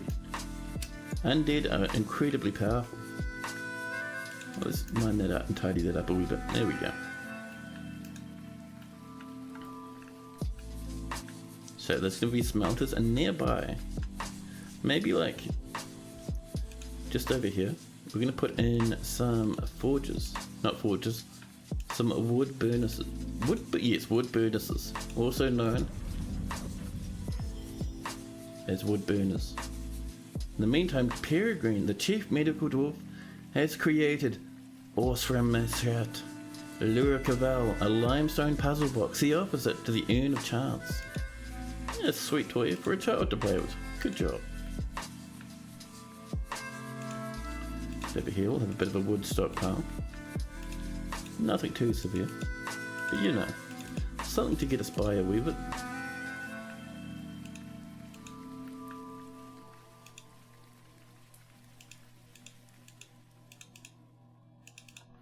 There we go. A little bit of an entrance, and there we are. Happy as Larry, all as well.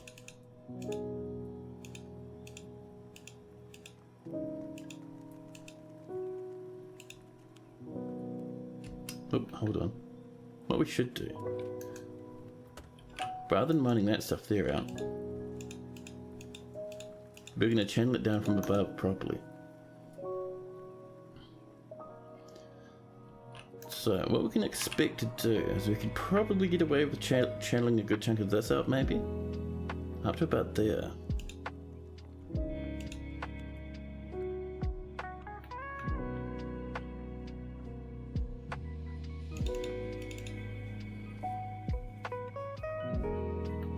After that point, actually, yeah, it gets a bit of a squeeze over there, huh? Well, what we could do something like this. Perfect.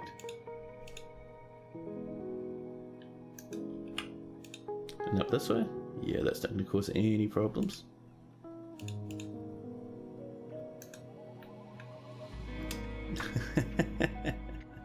Ryan is coming into meow, and suddenly Neo Activo comes in with a swift woof. It happened to you also that a possessed dwarf had everything he asked for, but refused to start the construction. That'll mean he has everything, but he wants more. So a possessed dwarf will be needing duplicates. Sometimes they'll have, 3 or 4 things that they'll want to pick up. One little spot there. Come on, you can do it, dwarfs. Come on. Pop. There we go. And then down here, before we finish this up, another bit of a smoothing.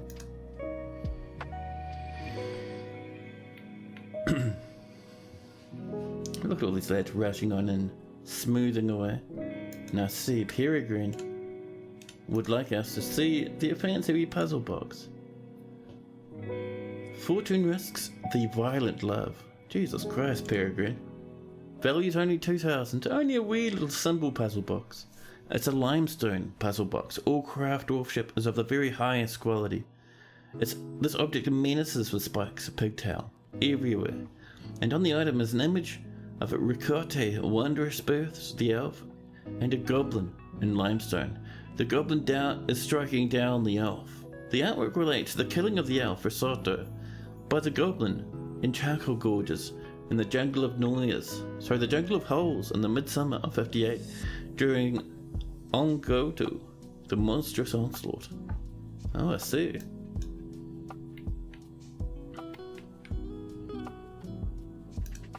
We're smoothing. And once that's all smoothed up, we will channel down again.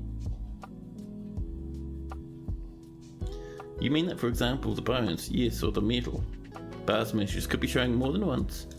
Exactly. The only thing you didn't have loads of was metal bars.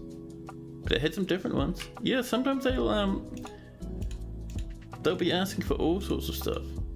Multiple metal bars, multiple bones, all sorts. They could also be asking for both leather and hide, I think. At the very least, like multiple different kinds. Like if they want cloth, they might want normal cloth, but also maybe some silk cloth, or some yarn, or something like that. All that sort of stuff.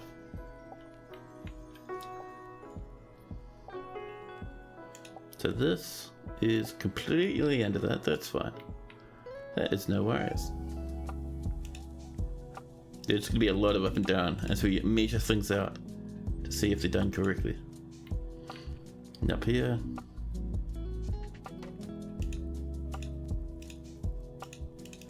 But yeah, hopefully you guys can kind of get an idea on how we're trying to get this thing to work now. We will have these huge holes every now and again where you can see people rushing about downstairs.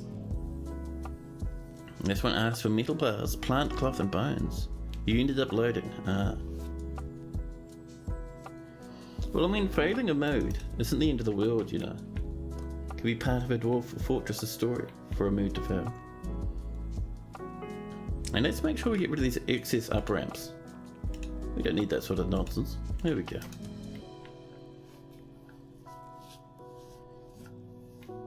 Here we go, we're working over here now. And up over here, let's get ourselves our couple of smelters. We'll get into glass later. For now, we'll just do maybe 1 or 2 smelters. One there, one over here. There we go. More yellow jasper. That's fine, that's fine. See, talking about yellow jasper, how are we doing with our gem cutting orders? What have we got? We have, whoa, look at those pink garnets, 29 of them. Not bad at all. One thing you can do is see the order they grabbed and get more of the last item or the first item since they grabbed them in the order they mutter them. Ah. Good, cool. There we go, that's looking a bit nicer. See? And dwarves will happily walk around these edges.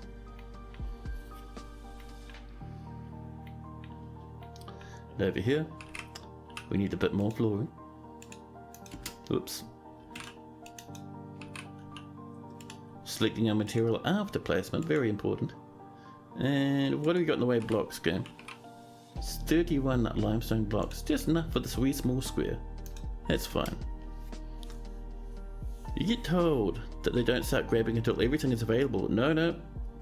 They grab until they get stuck. That's the one. Exactly like Gunner's saying. We've had that happen here very many times. Dwarves will grab what they can, in a big list from top to bottom.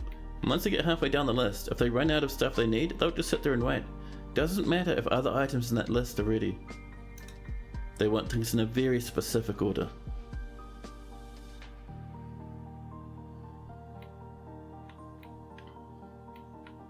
There we go, these lads coming in. Look at these wonderful smelters of ours. There we go. And this is going to be for a little bit of a wood furnace. Just one for now. We'll make it out of some limestone.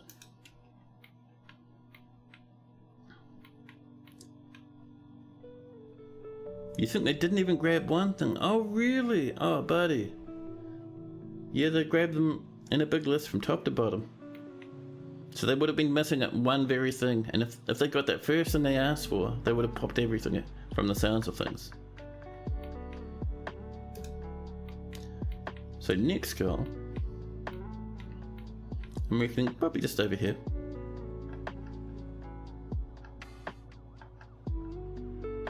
Yeah. Just having a look at this, because we need to channel this down. But over here I reckon, just like this, we're going to pop in our smithing area. Just a spot for some normal forges.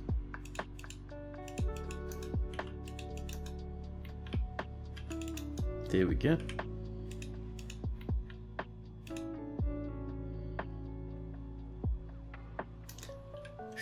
We'll do a bit of this, and if we look up, we can see that over here we can channel this down pretty happily. So all of this, I think, will channel back to just like that. Perfect. Perfection.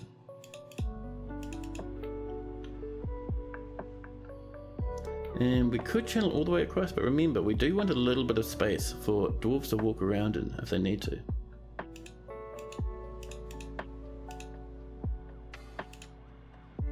Whoa, easy now. We are getting a bit ahead of ourselves there. There we go. That makes things harder, since it's hard to know where the list starts.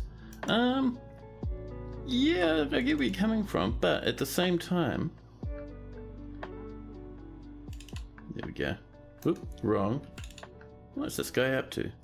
But at the same time, it's like, you get very used to what things are missing. Most of the time, a lot of the time, it's like bone is the big thing. Plus, if you go through the list that they're muttering in, you can see what they're asking for, and you just make sure it's in the fortress.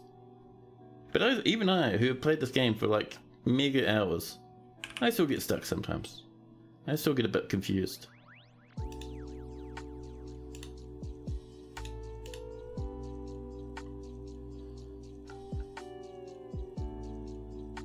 Now, we'll bring that on over there. Across like this. Oh, widening that up a little bit so people could squeeze through. There we are. And we'll channel this. How are we doing over here? Okay. There we are.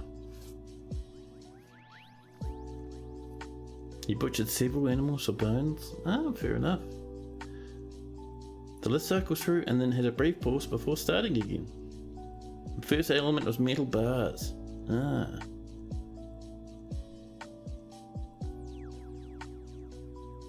Because you had one of each. Yeah, that could have been it. Like sometimes the moods are just really hard to do. You're not expected to have every mood be successful. You can try, but you know, sometimes dwarfs just, you know, they have a bad time.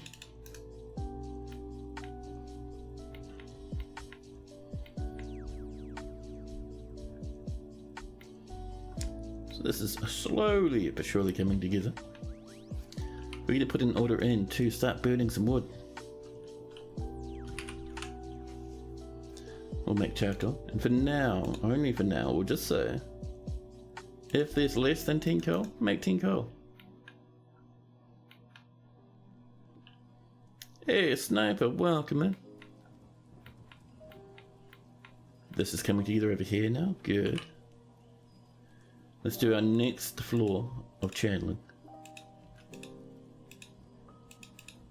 Now occasionally we will get cave-ins from doing this, but that's fine. It's kind of sort of part of the fortress experience. Oh, we need to smooth the slab first. Hold on now. Let's come in and do a big smooth around these walls here.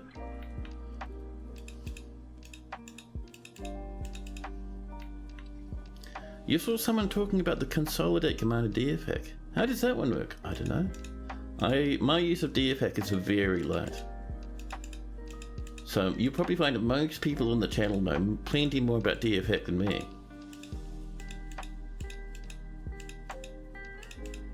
There we go.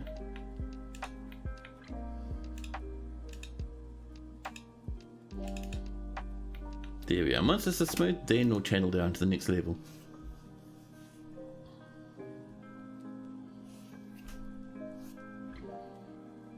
Oh, that's right, my coffee is empty.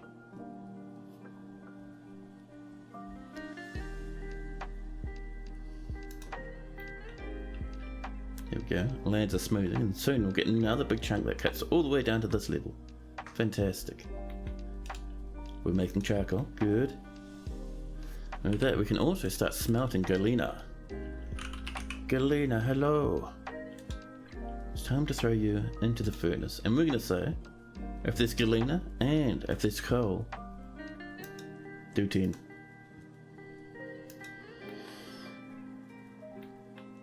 And that should be pretty good. And look at that, we've smoothed everything out perfectly. Let's do some more channeling, shall we?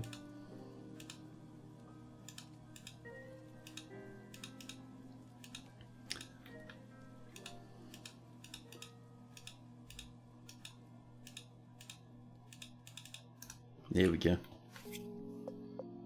So we're going to have lots of silver and lead to work with. It's going to be fantastic.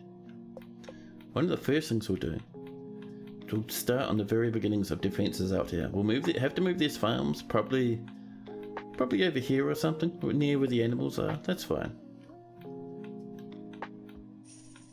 But this is where we'll start getting a little bit creative. Get some windmills going, get a bit of power, get some minecarts travelling in circles. Toolers is absolutely jamming. How are you doing? Is that a dragon? A Joe-Cat Wiggle? My god. It reminds me of, I was in, who was it? I think it was in Blue Zest. I was on Blue Zest channel and I posted the Has dance. And Zest chicks looked at the emote because the Has dance is amazing. And Zest looked at it and it's like, well, that's a really nice emote. And then the little floaty thing wouldn't go away. And it blocked up half of Zest's like streaming interface. 10 out of 10 Has moment. Completely not even done by Has on purpose. Amazing. There we go. Now we're looking a bit better. See, we've dug all the way down to here now. We can dig out these excess little bits. Let's leave some little bits in so they look like nice wee pillars and stuff, you know. Oh, I've done that in the wrong order. Pardon me. What is this guy doing? Why is he the way that he is? But yeah, we'll just put in nice pillars occasionally.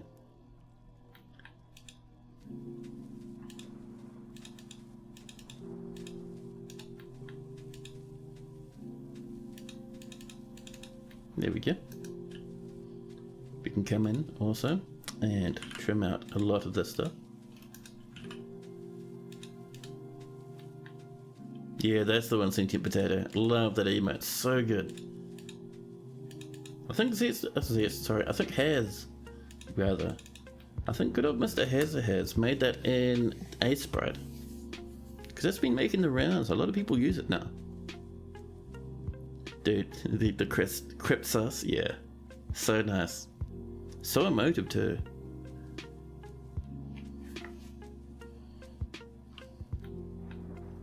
There we go. Dwarves are cleaning up the last few bits. We will remove those as well, thank you. And then we can breach over to here. But yeah, that's inside people's rooms. We don't want to mine that up.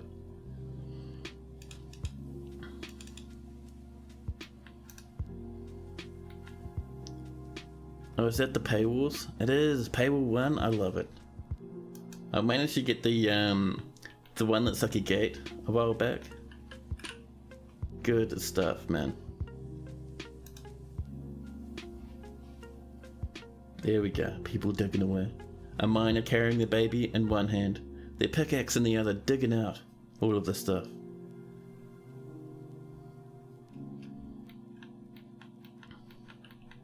So, let's continue. And over here, this will be our fortress. 140 limestone blocks. Are we only limestone blocks at the moment? We are. Well, that's fine.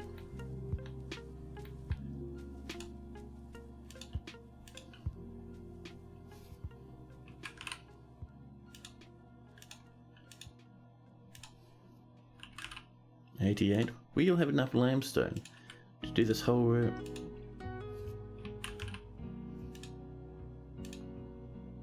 There we go.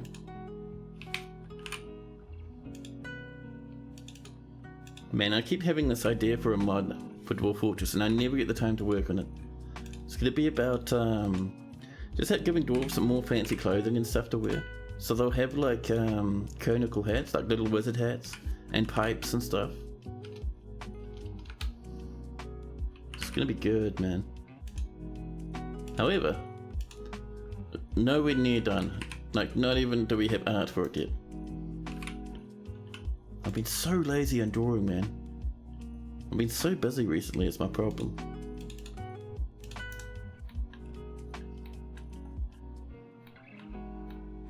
But yeah, so the goal is, we'll be able to see dwarfs rush about their day down here. See, a few of them dashing back and forth down there, pretty good. I love that stuff. Multi-Z level forts with big windows are fantastic. We've got some charcoal. We haven't started on the smelting, but we've got some charcoal. We will, as the fortress gets older, and we get more of a thing set up down here, we will eventually get logs and stuff in our stockpiles down here. We could, if you wanted to get really fancy, get some minecarts bringing down wood by the armload. That'd be nice.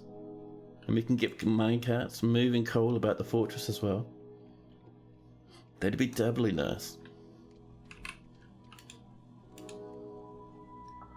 Just doing a little bit of limestone over here. There we go.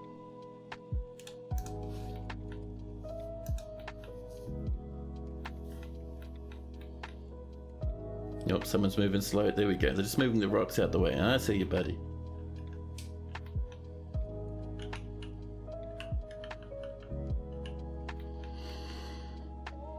Let's move some lava. We have our lava, I think, will be very, very deep down. Negative 129 is the depth of our planet, so we'd expect the lava to be about probably negative 110. And our fortress is on negative 6. That is too deep for a pump stick. If we had a secret underground volcano, that'd be a different story, but I don't think we do.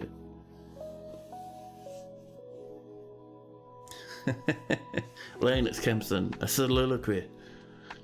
You need to run the combine all command in DFAC. It legit has a stored godsend. You ran it to test it out for the hell of it. And it consolidated all your boots of each type into different barrels instead of their type, and all the meats and whatnot in their respective barrels. You're really curious what it'll do once you start getting seriously into harvesting a massive amount of above ground crops. Oh, interesting. Yeah, I think I kind of like the chaos of all the food being like jumbled together in different like bins and pots and barrels and whatnot. But yeah, I see how that'd be nice. 3 minecarts, 2 pumps is all you need. Yeah, but then you need to dig out a massive minecart track. 100 levels of minecarts. I don't know, man. That might be too much minecart even for me. Oh, you don't? Really? How are you gonna get all the magma up that high though? They fill like a tenth of each barrel by default. Oh. Interesting, so you'd need way less barrels. That is cool. I see why people have been talking about it then.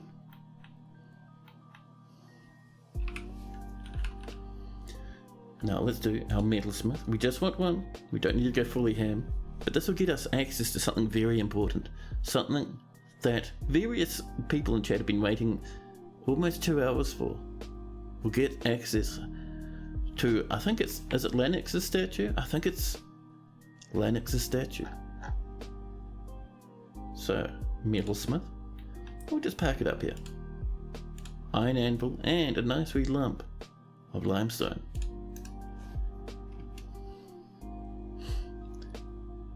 Oh, I see.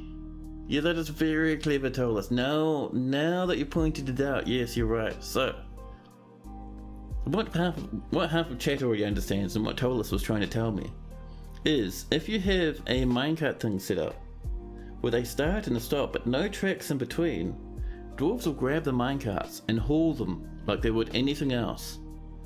That way you don't have to designate this huge minecart track. You have dwarves hauling these minecarts brimming with magma all the way up to wherever you want them. Very clever. That's very clever tools. I didn't know we could do that. As soon as they said, oh, they use them as buckets, like the little light bulb went on in my head.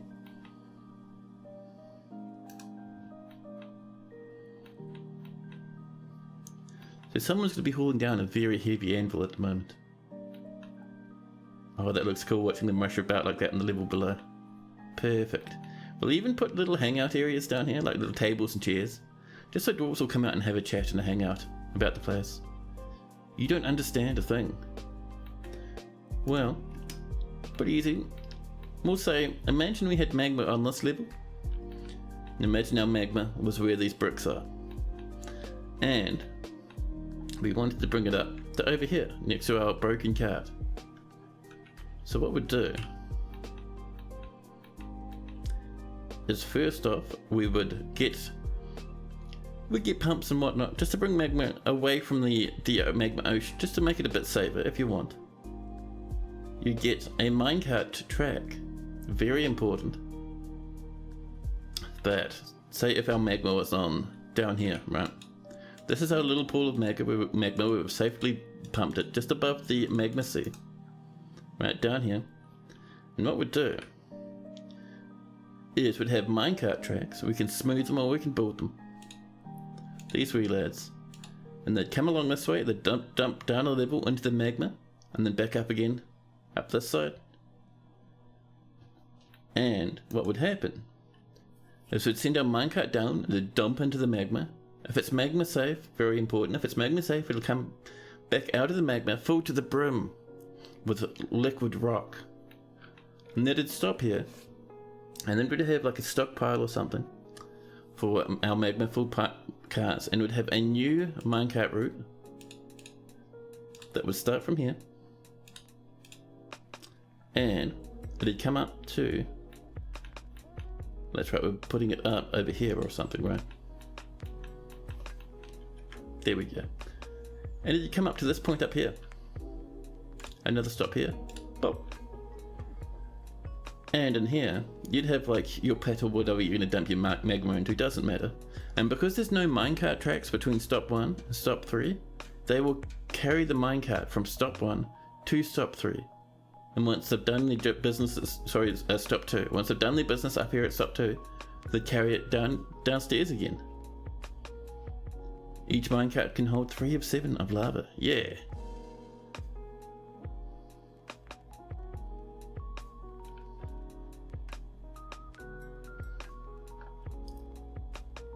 But yeah, I hope that makes more sense. You've never done minecarts? Oh man. You wait until this fort gets a bit older. We're going to start doing fancy minecarts. It's going to be cool. You're a noob? Oh, minecarts aren't too bad. If I can do them, you can 101% do them. Just takes a wee while to get used to.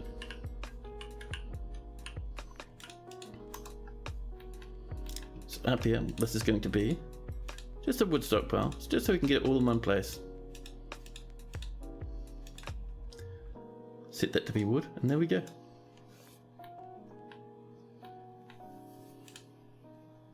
We've got our limestone block, we're just waiting for our anvil for this one now. You love minecarts, they don't know friend from foe. Oh man, yeah. Many dead cats will attest to that in my fortresses. You also haven't done anything with power.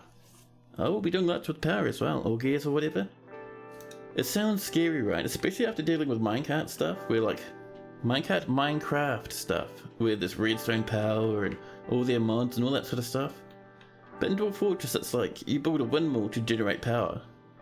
Then you build a mechanism next to it, and the mechanism will get power from the windmill, and then you can use more mechanisms and all your various other things, your axles and your mechanisms, to pass power around the fort to get them to various things that might need power, like screw pumps, rollers for your minecart tracks, millstones as well for grinding stuff down into flour, all that good stuff. And no levers. Oh mate, levers is how you defend your fortress. In our fort, we have no army, no way to defend ourselves, but if we see a guy we don't like, if a secret army comes up to attack, we can pull this entrance lever here that we built, and it's linked to this bridge, and once this bridge raises up, nothing can get past it, and this whole section, which links to the surface, will be completely blocked, and no one else can get into our fortress, and our doors will be very safe. There's our charcoal. Now hopefully, we'll start smelting. I know what the problem is. So here, we're going to set this from at least 10. There we go. You use ballistas. Oh, nice. I am very lazy with ballistas. Like, the ballista head disappears once it hits something, so I'm like, yeah, that's a huge waste of metal.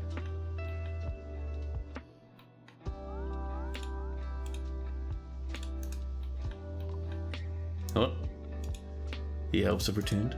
Come on in, elves. We should have some gems for you, actually, if we're lucky. We should have a good deal of gems. Let's move some goodies about, shall we? Cut gems. We have all these yellow jaspers, but red tourmaline are the name of the current thing. Those garnets, pink garnets, we'll keep for ourselves. We'll sell the red tourmalines though.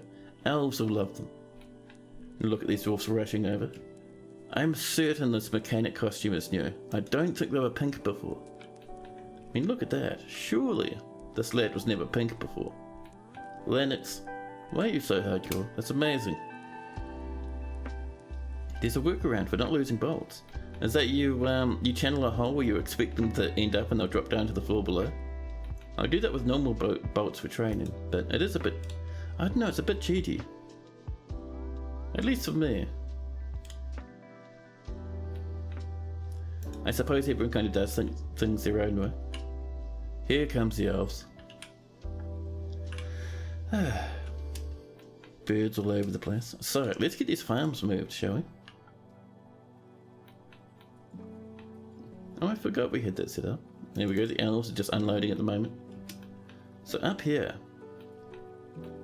where are we going to put these farms? I reckon we'll put one... where's a good spot? I reckon just in front of this place is a good spot for at least one of them. BOFP for plots. Here we go, here's one. Here's another one, just a bit smaller than last time, but that's okay. One over this way. And we'll do one more, I think. Like that. There we go. And once those are built, we'll disassemble these ones. So, Megas, hello! Welcome in, man. They need to drop 1Z level after they're hitting the end of the hallway. Ah, do they not stop once they hit a goblin or something? Your ballista of no drifting when shooting. Clowns can't be squanched with a bridge, no. But the best way, there we go, there's our statue. The best way to deal with a clown in great numbers, repeating spike traps, man. You don't even have to power them using a repeater, just a lever that your dwarfs flick back and forth. The very strongest of dwarven solutions is the repeating spike trap. Ballista bolts keep flying till they hit a wall. Ah. See, I've never bothered with them too much. Maybe we'll have a go with them one of these days. Now, so what are we going to do, apart from trade with the elves? Let's see, we're working on this for one. Steam version broke save compatibility. What? Really? Is there a way to... Oh, I see. In response to Napalm's question. I was like, wait, was there a big update? But no. Let's see. You want to ask if there's a way to import a world save file from an old version to Steam version. No, sadly there's not. That was a big save break, just like Gun is saying. Let's get some rope breeds coming in, huh? These are done, actually. Let's dismantle these lads. Pop. Pop. And pop. There we go. Then up here. Rope breeds and a couple of them. And as we get more seeds, we'll get the others running again. And this can also leave now.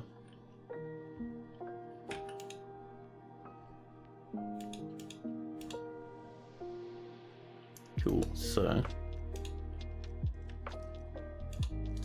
doing it like that just to reduce the amount of people getting collapsed.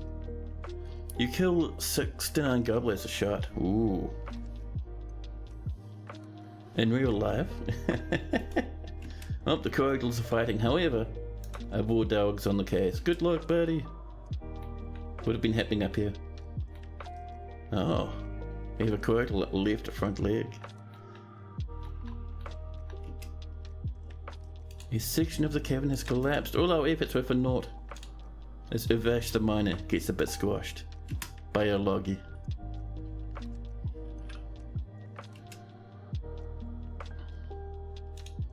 And across. There we are.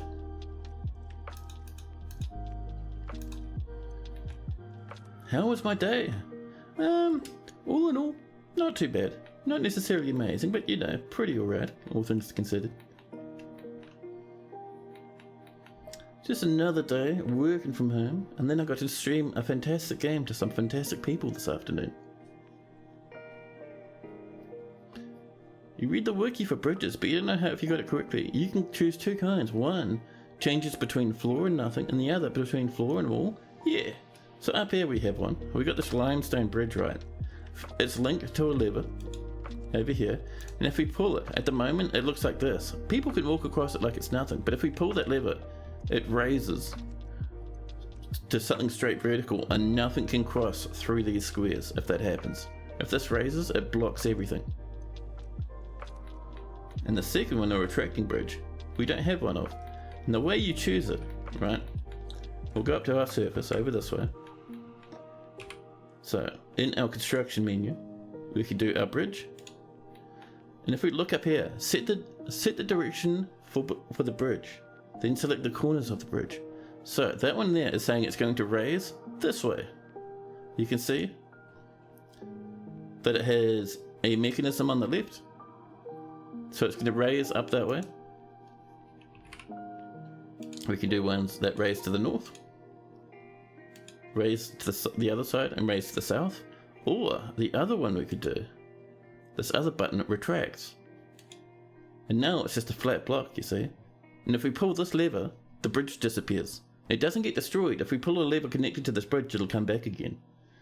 But if the bridge disappears, and there's no floor underneath it, everything that was standing here will fall until they hit a floor somewhere.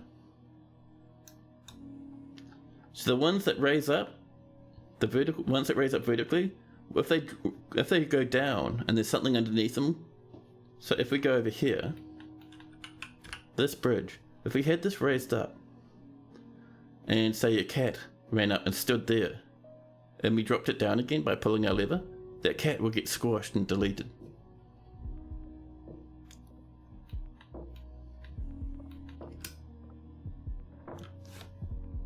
Cat, hello! How you going? Yeah, you see? And the cool thing is, like we've got here, the raising ones, because nothing can get past them and they're very hard to destroy, they're good for fortress defense. See how we have this little tunnel here? All our dwarves live on this side of the tunnel. So, if we get attacked and we're not ready for it, we raise this bridge, nothing gets past. We're sealed in and safe. You can crush enemies, certain things you can't. Certain horrific giant monsters are too big for a bridge to crunch. And Siomegas would like a health check, of course. Do we have a Siomegas? There we go. Siomegas is quite happy. Pretty happy. And asleep. Over there, here they are, in their own bedroom. Not a lot of furniture, no flooring, but they're still pretty happy. Ah, Magical Hack, thanks so much for that raid. How was your stream, bud? Let me do a quick shout out before I continue reading.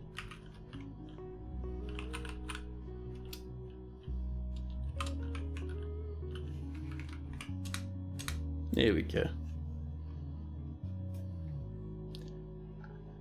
So anyway. So, Siomegas, the sleeping expedition leader. Siomegas recently got a new office. Just up. And over here, that's Siomegas' new office. They've been working hard, locked away underground where they won't get rained on. And they have to cross this little land bridge where they can see down into the fortress below. But, you see they've got the lever, hexadecimal 58. You're a bit blissful after sleeping in a good bedroom. Nice. A little bit lonely.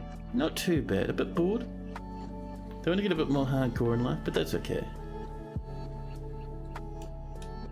The clothes are starting to wear away slowly but surely. Our fortress is too small for a clothing industry yet, but that's okay. The stream was pretty good. You killed a few dwarves after going after the candy. Nice. So, other than hexadecimal, your lover, you're still worshipping Arpin. No friend, no family yet. Good amount of friends, so hopefully when you get some time you'll be able to hang out with them. You've not killed a single thing. Still no Kotal Carnage. So, we can see that Siomegas is easily moved to mercy after a new romance in 107. Ah. Just after we settled in, Sai fell in love with hexadecimal and became easily moved to mercy.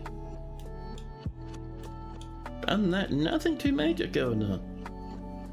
She's somewhat focused with satisfied needs. And Magical Hack would like a dwarf. What sort of dwarf would you like, Magical Hack? We still have no good weapons crafter, sorry Rocco.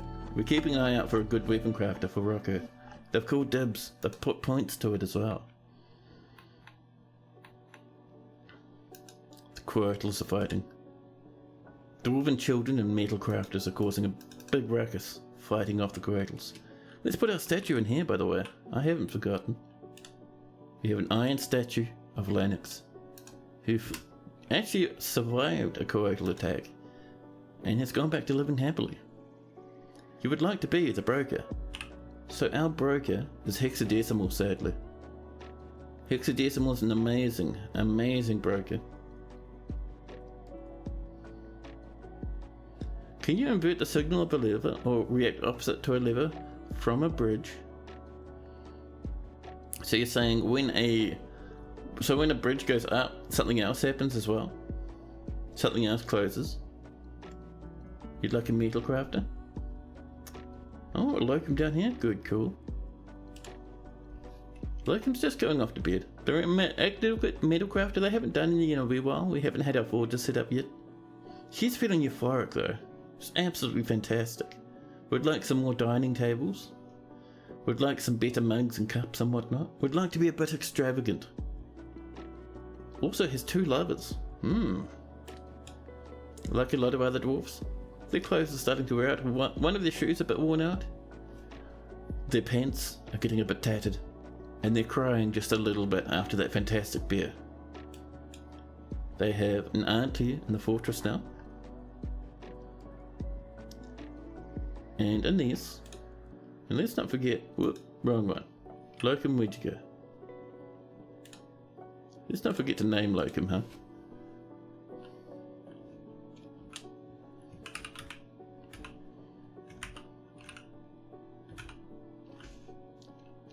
Gee, that's an uppercase M. Let's do this properly, shall we? There we go. Magical hack. With 2 lovers, no wonder their pants are wearing out. Well, then we can activate more than one thing. One thing you want them to do the opposite, or can't they? They can. Using fluids, or there's another way. I'll show you in a minute. Once we've finished talking about magical hack, the metal crafter. So they're a former member of the Crafts's Boarding, a former member of the Tome of Treaties, and a current member of the Urn of Chance. So they've moved from a few different places. Magical hack's gone from a different home to a different home a few times now. They've never ever killed even a single crundle, let alone anything that can think. So magical hack has a natural inclination towards language and good intuition, but poor empathy, poor analytical abilities, and poor memory. She has a relentless drive, completely consumed by ambition. She enjoys being in crowds and could be considered rude. She's in fact more rude at the moment. She's slow to trust others and likes to keep things practical without delving too deeply into the abstract. She can handle stress and doesn't mind wearing something special now and again. She sometimes acts with a little determination and confidence, but she's a little bit more confident at the moment. She generally finds herself quite hopeful about the future, and she often feels envious of others.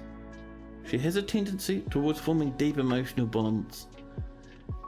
She is grateful when others help her out and tries to return favors whenever she can. She can also occasionally lose focus on the matter at hand, just like me. She's often cheerful, a happy wee cheerful dwarf. She's also a little bit fearless, a little bit more shameless, a little bit less private, and a little more thoughtless. When she's trying to remember something, she often starts chewing on her lips.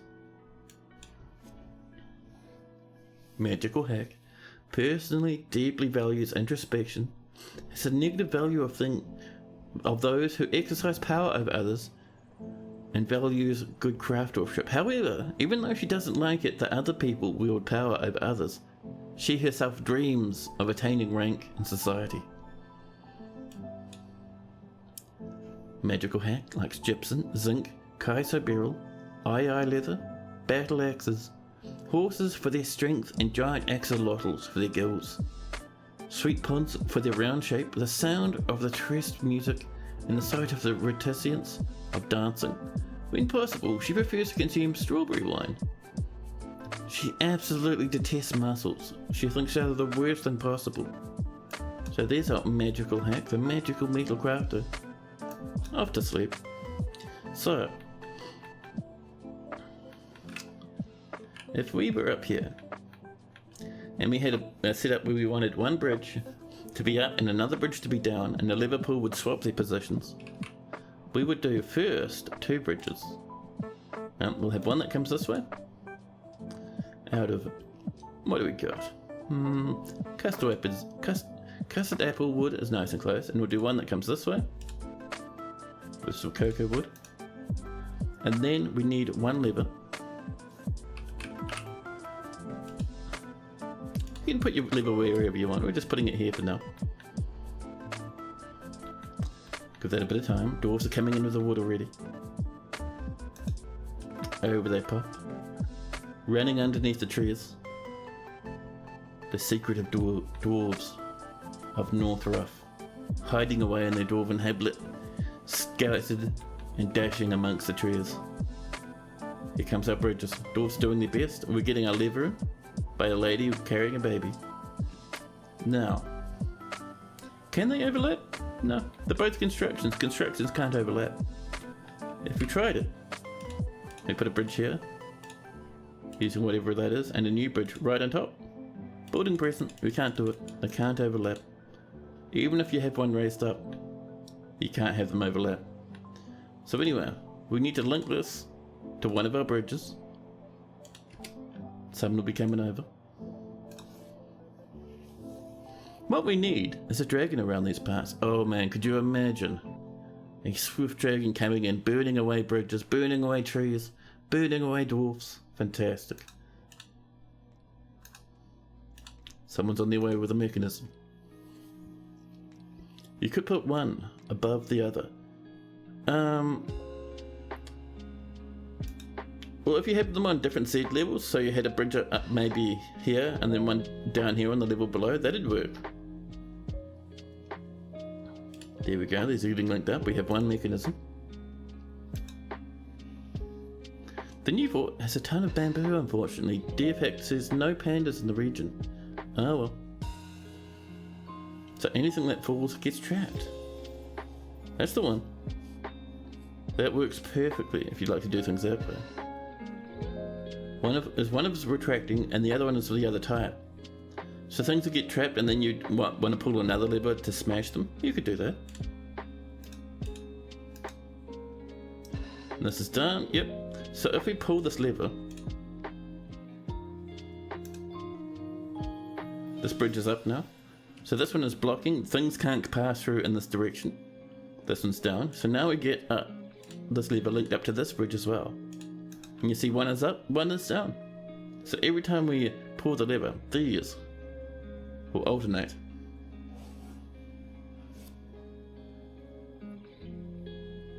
Yeah. Someone bringing up a couple of mechanisms. They are. Ooh, peppers. I mean, I'm not going to say no to a few peppers while we wait. Let's grab a little bit of yummies up here while we're waiting for that mechanism, huh? Just a little bit of goodies. No, I don't mind if we just help ourselves a little bit. Stuff our pockets with plants. And levers just switch. Yeah. Levers don't require any power. They don't send power. They just toggle things between different states. Did Toadie completely remove retractable bridges? You haven't found them in the current version. Also, are you crazy to think that bridges only got one Z level? Isn't how it used to be? They've always only ever been one Z level tall when you pull them. They always morph like that. I think it's just easier for the game devs to do it. Hey, Exodecimal, hello. We're doing pretty good. And a retracting bridge. You see this menu on the side where you choose which direction? If you click this one, it's retracting. That's a retracting bridge. Just like that, see? And that's how you make a retracting one.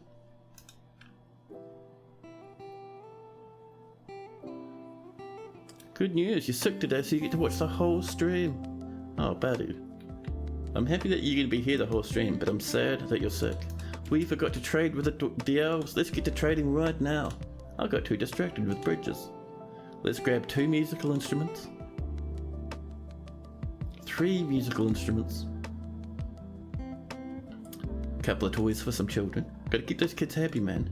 And they brought with them some cages, including a yak, a toad, and a blue peahen. Why not?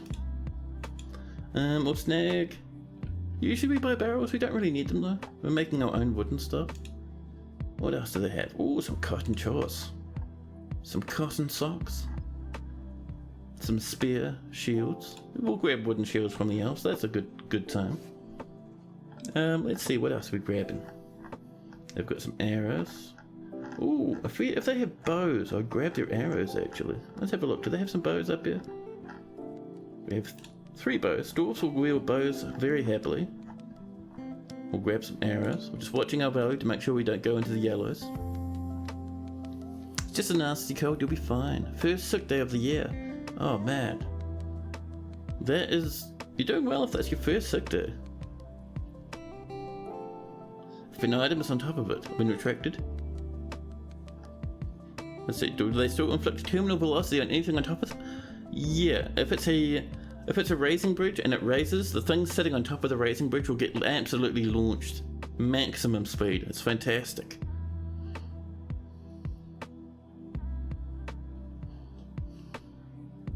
You're pretty sure a goblin corpse just atom smashed when you close one since you haven't found it again. Yeah, it could be squashed. It could be launched if it was on top, but if it was on bottom when you closed it, it'll be squashed. Grab ourselves a ring. The only fruit I buy from the elves is the odd banana. It doesn't look like... Oh, they bought one. We'll grab one banana. Just one banana, it's fine. And the odd very fantastic sunberry, but they don't have any. But that's okay. They bought some skirts. I don't think we need crutches, so we'll trade this very happily. Thank you very much, Amaza. I hope to see you again, even though we're decimating the forests. Let our trader, Hexadecimal, go back to rest. We made some more charcoal. It was on top. It's probably flung off into the distance. Dwarven Space Program Adamantium Bridge with Adamantium mechanism launching them into orbit. Nero's off to bed. Yeah, cheers for hanging out, man. Have a good sleep. Does material and quality affect the momentum impaired? I don't think so.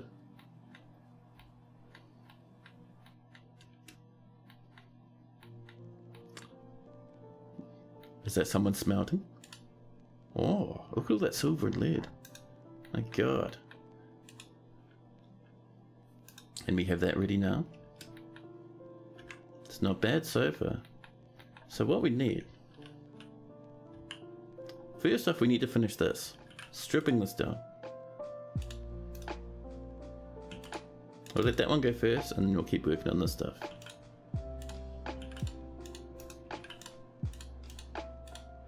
There we go. You check the entire path of travel for it. I mean, it could have been deleted. That's unlikely. More than likely. You know what? It could have happened. So one thing that some people don't realize. So, if we go down to our fortress entrance, we have this bridge. So, if someone's standing here, right along this part, when we pulled the lever, they'll get deleted. They'll get atom smashed. If they're standing there, I think they will get flung up. Just because this is only 1 Z level high. And Gaka asks, what's going on with all the shiny, rusty, dark metals? So there's metals that no one can create, no one can find. No one but the gods. And the gods create powerful, incredibly magical, well not really magical, but very powerful and very expensive artifacts from them. And then once they've done their job, these dangerous weapons, they get locked away down in the caverns in little obsidian pockets. So sometimes you can mine them out and then you'll get access to those metals if you smelt them. Or sometimes you'll try and mine them out and instead maybe a demon will turn up. So they're the new adamantine sword. Oh, you can still get adamantine. You can still make your swords from it.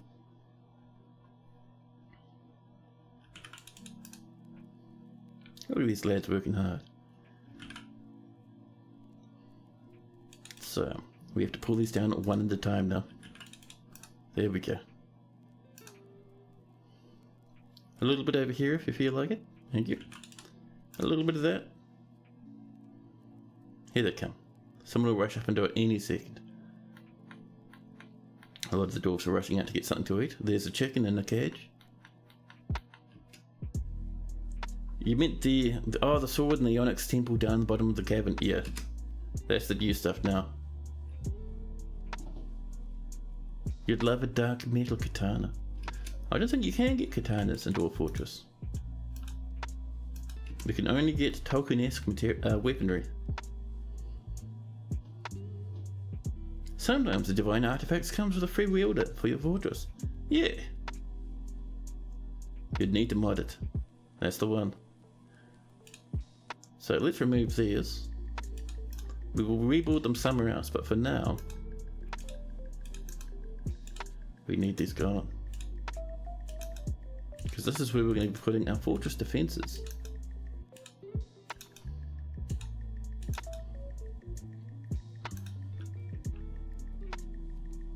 These, I think, are all gone. Brewed some drinks. Hey, Cinnamon, thanks so much for that follow. We have a ramp. Yeah, cheers, buddy. Awesome to have you here. I've seen you around in a few different chats, I think. Look at this dwarf, this cheese maker. They're wielding a bow. As soon as we traded it, they grabbed one. A quality leather quiver and grown date palm wood bow. It's grown. It means we did get that from the elves. I love dwarves with bows for some reason. So neat, you can't craft them yourselves. And they're also crying and sleeping outside, which is weird. Just gotta install the weed mods once the boats show up.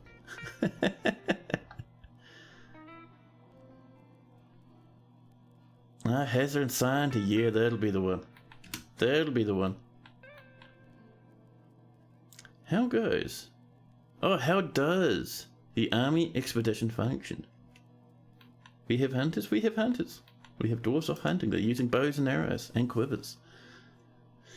So the army expedition, if you have an army, we don't, but if you do, click on the world map button down here in the corner.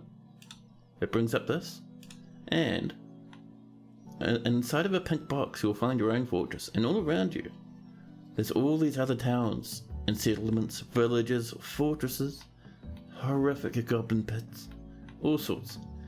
And if you click on a settlement, say this dwarven settlement over here, oh, they're at peace, are they? Oh, pity.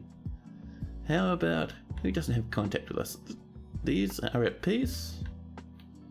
Who has no contact? No contact, here we go. The land of showers, the age of souls, 7 days travel to the human hamlet of Northrough. We can click up here with no squads, but if we had squads, we'll see them on the left. You'd be able to choose one of them. And you could say, if you want to make contact with a civ, just to trade, you'd demand one-time tribute. However, you can raid, you can pillage, you can raise, and you'd also go out and it'll send you a combat log of what they've gotten up to. And if they're raiding and pillaging, they'll try and steal stuff. You can even rescue captured dwarves from goblins by doing raiding and pillaging. You can raise, which will loot, but also completely destroy the site afterwards. You can conquer and occupy, all that stuff. And down the bottom here, if we were going to say in a pillage for these humans, we could say, okay, we want you to steal livestock, no random items, we don't care about any prisoners, no prisoners whatsoever, and take important treasures, which is books and artifacts, that sort of stuff. One thing to keep in mind, when they go and do that, it happens on the world map, you have no control over it.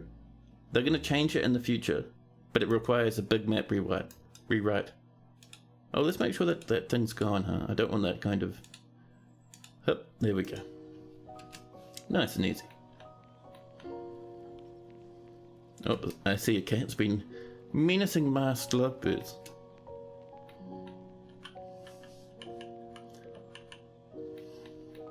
So, we have things coming together. We have wood, we have coal, we have galena, lead and silver. How many pump would you expect a 10-man legendary squad to handle? Good call, good question. I'd say not a whole lot. I'd expect them to handle probably about maybe 50 to maybe 70. I wouldn't, for much more above that, I'd send multiple squads at once. Cinnamon's attacked 500 pop areas. Really? With a 10-man squad? Jeez. Cinnamon is crafting the most perfect dwarven military squads available. For that amount, I'd send in like 3 or 4. I hardly ever do that, to be honest. So up here, how are we doing? Let's get some farming going. Bit of pearl millet. Some potato over here. Over here we'll go for sweet potato. And finally some rice. There we go. You would suggest definitely sending multiple squads to make it easier. And potentially reduce dwarven losses. Oh yeah, that's the one. They're just playing make-believe on the floor. So up here, we need to get minecart tracks and a little bit of walls as well. So I think walls to begin with. Actually, what we could do is we could designate things with floors to see how things are going to look. Interesting map layout. Yeah, thank you. It is 4 rivers converging in one map. So we have one coming in this way, one coming from down here, slamming into this one over here, which is slamming into another river here, and over here. It is nice. And we've made a big, giant, gaping hole into the earth for our fortresses. Only very early game this fortress, so we don't have many dwarves running around, but things will get more hectic as we go along. A nice hole too, oh my goodness. Cinnamon. You're surprised my Z levels aren't angry about it? What do you mean? So one thing we'll do from here is we'll start marking out a trading route for our caravans. And we'll probably do this with some limestone. We can come back and pretty it up later. Don't even worry. Bring that up to probably about there. Using our limestone. And it'll keep coming across.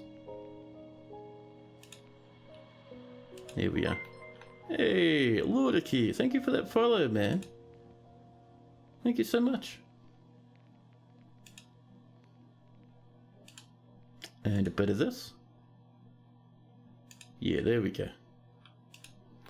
And so with that there, we can say anything outside of this we can use for disastrous and monstrous things.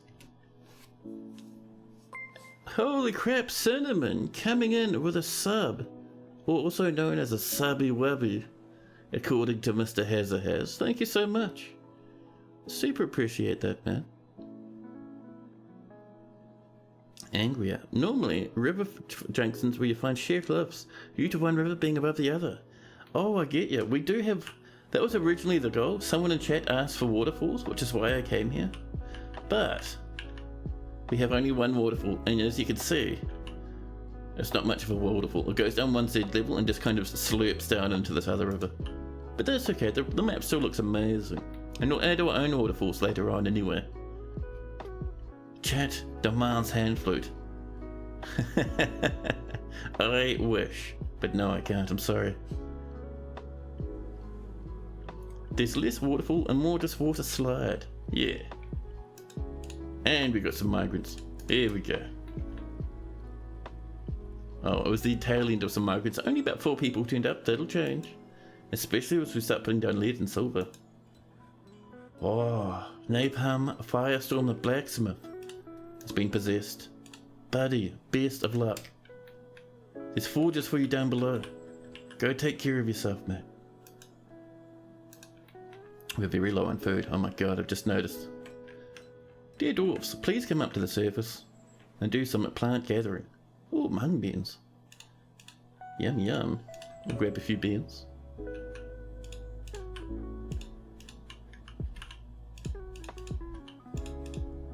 Oh, we still got this floating around? Alright, let's not gather plants on the death bridges. We had this because someone was asking us how we have bridges alternate. And we set that up down here. So if we pull that lever, that one will retract, that one will raise.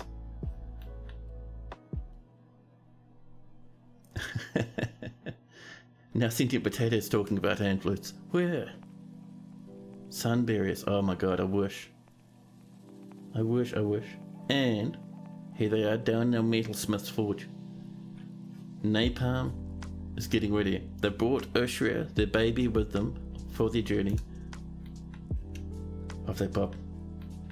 They hoon off into the distance. A snag. What'd you grab? Lead. Damn it. There was silver there, you fiend. Oh well. And off they go. They'll run around, grab what they need. We'll keep an eye on them every now and again. Now, how are we doing over here? Do we have our road of safety? Not quite yet. They're working on it though. They're working on it. Watch it be a lead warhammer. Oh my god, could you imagine? Somehow your stream fort is cursed to only have geese and a few random birds as wildlife. Check around the map. You might... So there's a wildlife cap. Basically the game in the settings somewhere, because there's all sorts of different caps you can have, right? If you scroll down a bit, so we have population caps, we have baby caps, visitor caps, we have seed caps,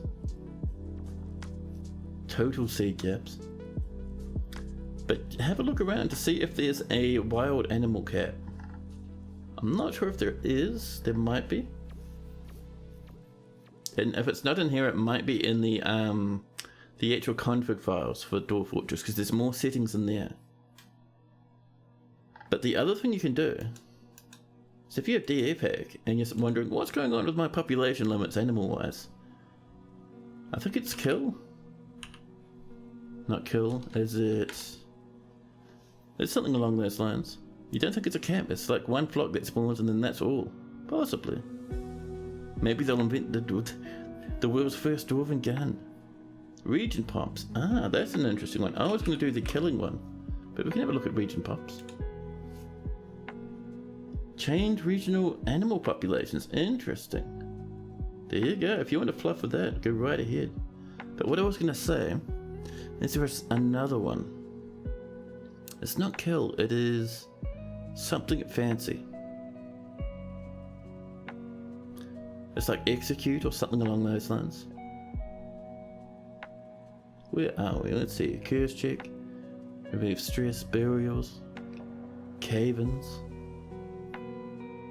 Tailor, change layer. Not death cause, it's something. Where is it? People used to use this all the time. Exterminate, there we go, thank you Gunner. Exterminate, so if we run this, just by itself, it'll show you unit counts. We have 34 crundles, 25 milkfish, some rodent men, birds, just albatrosses, 7 troglodytes, 4 endermen, a single magma crab, no, 4 magma crabs, sorry, 4 redacted, and 1 fish, 1 stingray. So if you have megatons of one type, it'll stop spawning more. We had that a while ago where we had like 100 billion, what do you call them? Magma crabs, and it was very annoying, and we killed them, and our unit spawn started again. I think that was last fortress, or maybe the fortress before. Hey, Napalm's begun the construction. Buddy, good luck. Let's see what they're using. Lead bars, rose cut pink garnets, and trillion cut pink garnets. Good choice. Good luck, buddy. You haven't hit the magma layer. Oh, it'll show everything, even stuff you haven't discovered. But sometimes, regional populations are just small. Just like, who was saying that before? Sentient Potato was saying, check out the region pops. You don't have DFhack installed? That's fair. You don't need it too much these days.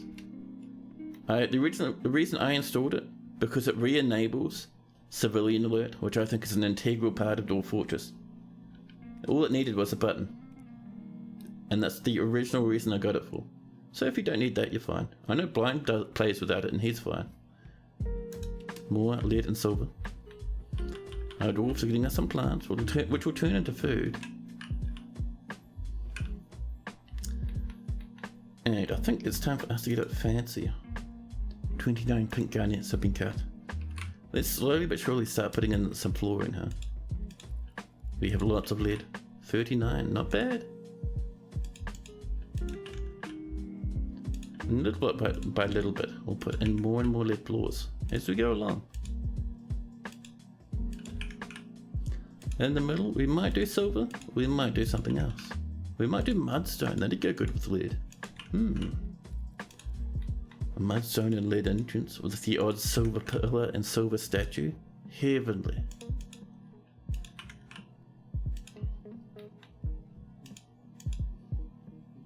Unicorns! Sentient Potato, have you discovered unicorns on your map? That's amazing. Wild unicorns? That is a treat, buddy.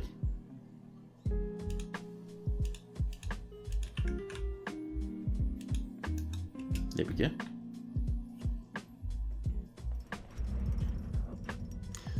Steam Edition does a good job with that DFhack, but it can be nice. Yeah, that's the one. It goes from like something you need to something that's just nice to have. You don't need it. Don't even remember what Civilian Alert does. Oh, mate. I live on Civilian Alert. It's basically like burrows, but it's really strongly enforced, basically. Everyone knows you're supposed to export lead goblets to the elves. We could do a bit of lead goblet, but we're also using it for decorations. There's 3 of them next to your river. Oh, mate, I love it. Could you imagine if you had a breeding pair of unicorns? Heavenly. You remember finding unicorns in adventure mode and dying to one that you upset, getting gored to pieces. Dude, in adventure mode, even horses are hardcore. I have like fond memories of walking onto a map and going to a fortress and towards the edge of a town, and just like children upsetting horses and horses going ham and just stamping the snot out of everyone around them. Fantastic. Anything with hooves will cave your head in. Oh yeah. So, Napalm Firestorm. Koshmeng, the blacksmith, has created Bunchkon Kidamarath, a lead armor stand. She offers it to the Urn of Chance. Oh, thank you.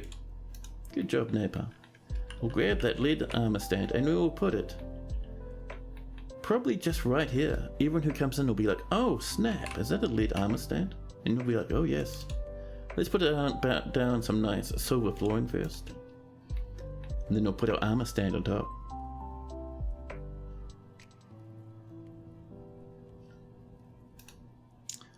Let's also have a look at our armor stand, shall we?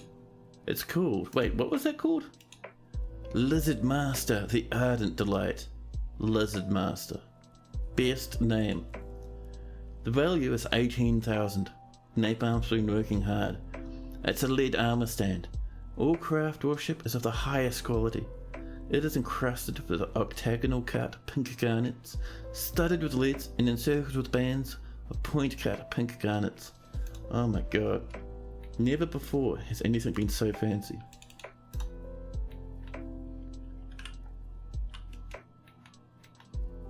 There we go, that's placed. And we'll smooth this as well. Actually, we'll just smooth that one spot for now. There we go. And we'll do a quick bit of an engraving. Do we have any fancy engravers? Let's have a double check. Only novice, alright. We'll just let anyone who comes by do an engraving on the silver to really boost the fanciness. More meals, there we go. Back up to 81. I love it.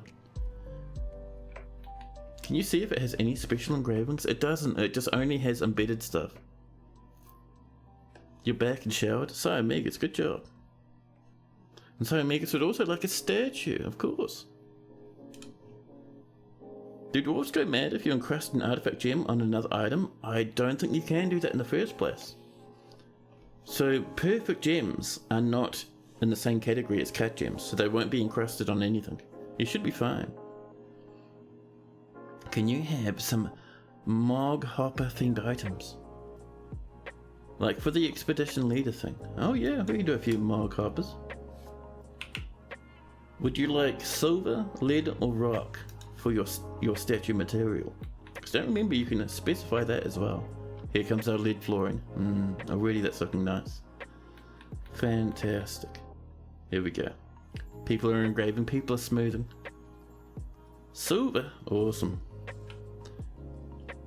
One of your gem cutters, Fey Mood, a cut gem.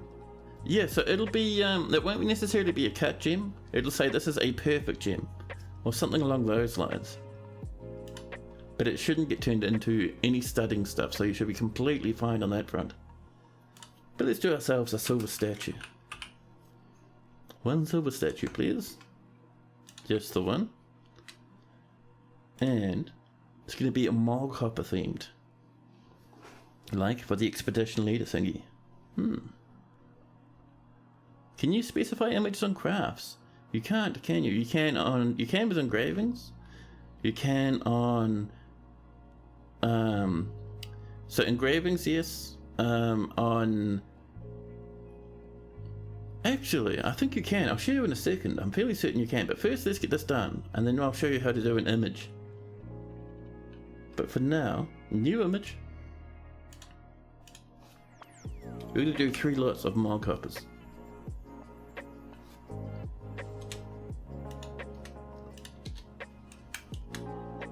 So, Mog Hoppers. This is an image of Mog Hoppers. More Mog Hoppers. Oh, you want a Mog Hopper themed scepter or something? Ah. Yeah, we can do that. That's no worries. We'll get rid of the statue. So if we go into a silver scepter, right? Neon Sky only drinks Mog Juice and Mog Juice affiliated items. So let's do a silver scepter. Just the one. So usually we don't, usually I won't do this, but just for now, we'll let a Mog Hopper silver scepter do its thing. Because it's a lot of work getting stuff engraved with specific things. There we go. Engraved on the wall is an image of 2 mahoganies by Tun. Good job, Tun. Oh, okay, sorry. No, it's alright. We'll do it because I want to show off how you can do it in the first place. Because I hardly ever do it. So it's no worries. So let's get into the statue. Not a statue, sorry. Into, I think it was an armor stand, wasn't it? And you'll buff it right there. There we go.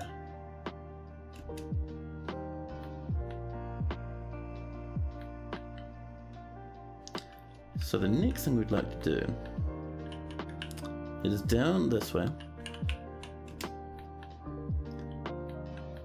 Way down over here we have should have our task come up once it's been okayed, that silver scepter. But we will do a very small, very tiny stockpile for only finished goods. And we'll go into here and we'll say, let's see, don't accept from anywhere. And let's see, it should take from, oh, this should output to that one. That should do us. Oops, I might need to do that again. Nope, we're all good. So once this is done, it'll pop to there, and then we need to decorate it.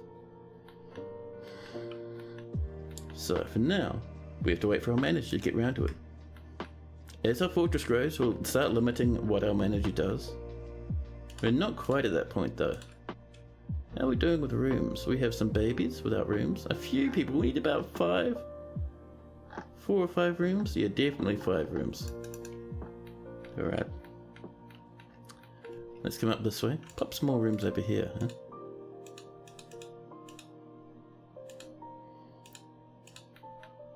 Oops. There we go. And we'll do one like this. There we go. Mine around this stuff.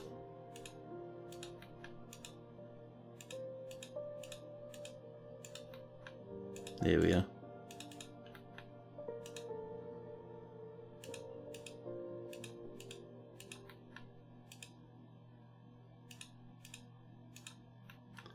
There we are, pop in some doors. And there'll be some more rooms for some more dwarves. You really need to watch Haz Has More. Yes, Haz is amazing. That's why the miasma disappeared.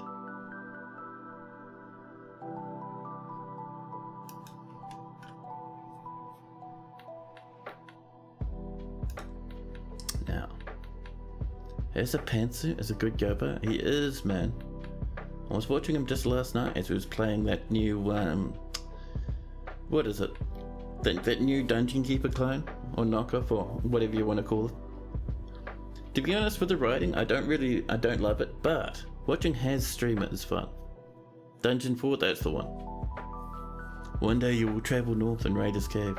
You'll have to get past his cage traps, man. A bit of yellow jasper, nice. Awful writing, oh my god, dude. Yeah, I could barely handle his first stream of it. And the only reason I stuck around is because Haz is just so entertaining.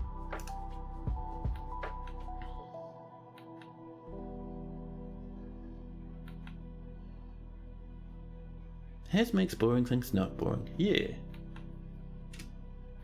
He's a fantastic streamer, man. It's really cool. There's this, our lead armor stand. So when people come past it, they'll be like, oh snap, and feel pretty happy. You stayed through the tutorial for the hand flutes. one thing you haven't looked into yet, can things break out of wooden cages? So, yes and no.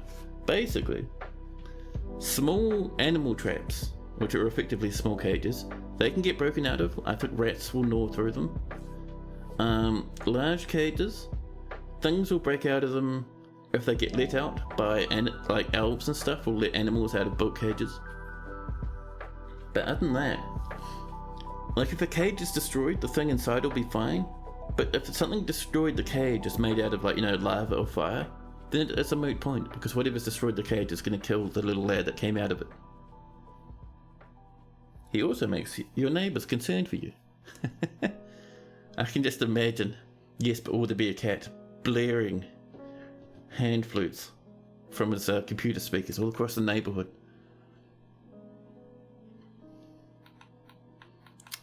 A wooden cage is generally as strong as adamantium for all intents and purposes in general gameplay. Yeah, until it catches fire. There's our silver scepter.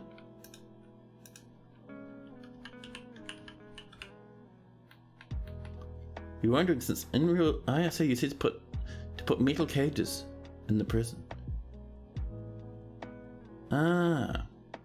Barring fire and meddling tree goblins, yeah. Yeah, so you can put cages in the prison if you want.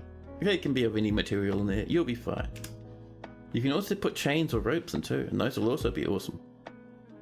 The vermin traps, yes, and creatures made of fire in cages of non-fire safe material. I haven't seen that one, that's cool though. So down here is some limestone. Our silver scepter can't go in there because there's limestone in the way. We'll ask someone to throw this limestone away, and then someone will put that silver scepter in. And then what we do, we add a new task, and we'll come down, and we want, let's see, I think it is possibly other objects. And we'll do, first off we'll do a save.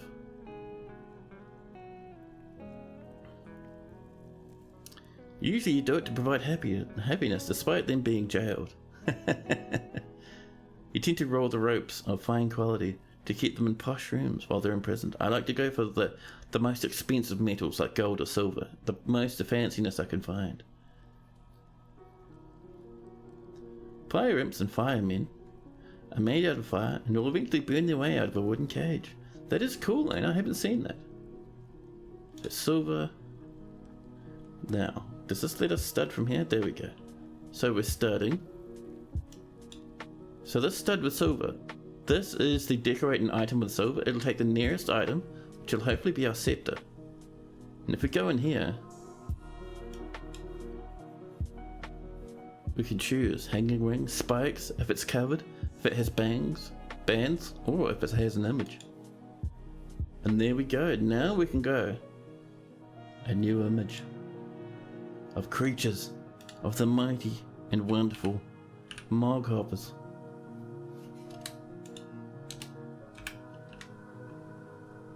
There we go, Moghoppers.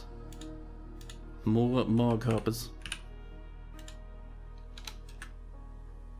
Listen, you, get out of that. Hup.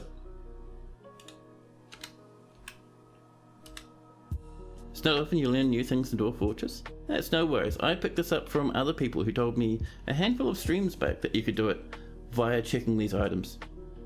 I kind of had an idea. Actually no, I knew to do it for these. I didn't know you could do it with engravings. Engravings was a new one for me that someone told me about. And the reason we have that tiny wee little stockpile right next to this for our little artifact is simply because it grabs the nearest item. And we want this to really grab that one and only that one. At this point, you should use gold chains in prison, since you could probably gold plate your fortress. You have like 1.4 thousand native gold ore lying about, and you haven't been mining it actively.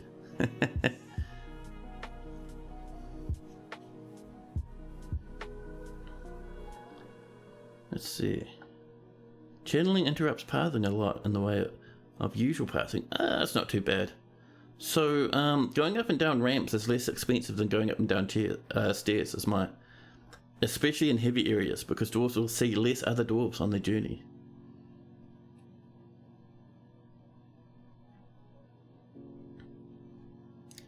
If you pick the right order of images, you can write messages in ASCII with 8 successive custom images. Oh my god.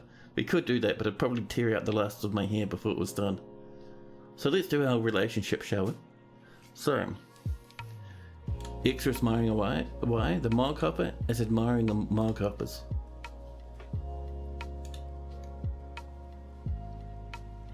We want, let's see.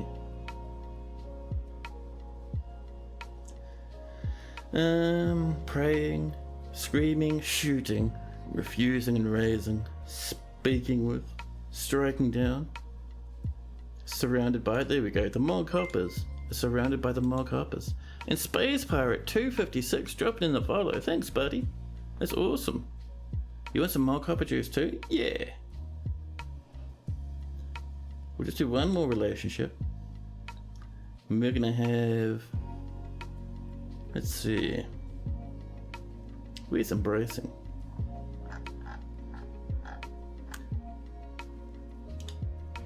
Mog hoppers are embracing the mog hoppers. And object, do we have some mog juice? Ah, we don't have mog juice.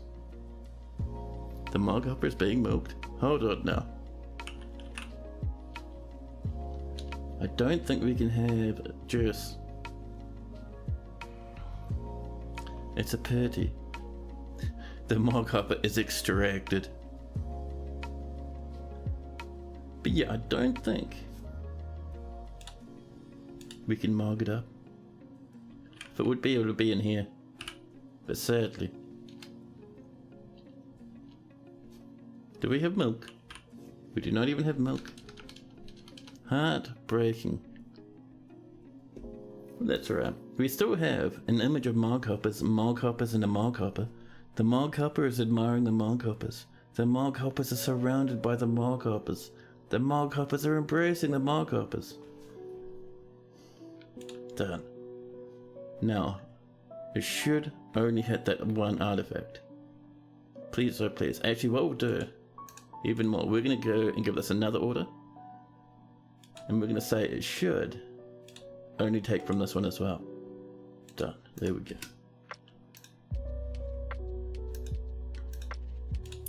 Someone's coming to do it already. However, see, that's not selected. That tells me silver bars. Oh, they cancelled it. So hopefully someone will get the silver scepter into this finished goods stockpile very quickly.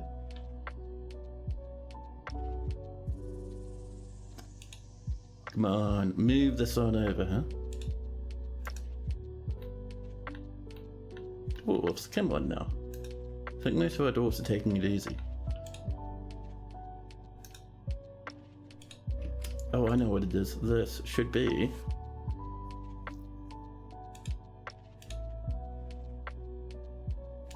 this should take from the Metalsmith's Forge. No, that's perfect. Yeah, perfect. Come on, dwarves, you can move that on over. It'll need to give and take from that stockpile. It should be. We'll be a bit sneaky. Oops, nope, wrong one. We want to do this way. Garbage dump. So this is why I don't want to do this too often. Only for special events, you know. Then our silver scepter, we'll bin it. It'll get moved to there. We'll unbin it. Delete the bin stockpile. And then it should be worked on. Excuse me. Can you not dump that there? There's a good rubbish bit right there. Well, that was a failure. Can you not do that, please? Leave it on the floor. Damn it. Let's go into our tasks then. Where's that dump order? You're doing it? We can't cancel it. Damn it. Well, that was a massive failure. Let's go into customize this finished goods. Scepters. And it's going to be made of silver. And then we'll say this wee thing can just take it from anywhere. It's fine. And the scepter was never seen again. It's alright, we'll do it. If it's too hard, you appreciate the thought. Oh no, this is a good thing. Like, this is how people decorate specific things. And this is how you'll see some people have like a piano or a chair or something with mega tons of gems encrusted all over it. They'll just keep engraving that same item again and again.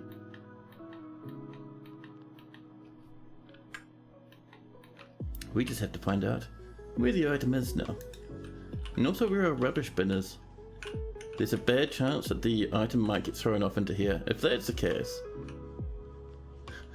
we might need to make a new one. But that's alright, we have plenty of silver. Let's get back down here again. And go, add new task. Weapons. No, it's not. It is. We'll do it this way. It's going to be easier. Silver scepter. Just the one. See, we'll just do a new one.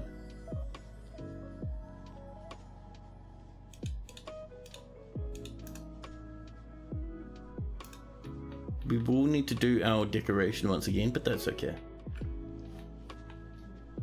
This is still set to only, at least it should be, only take from here, which we'll do once we're ready.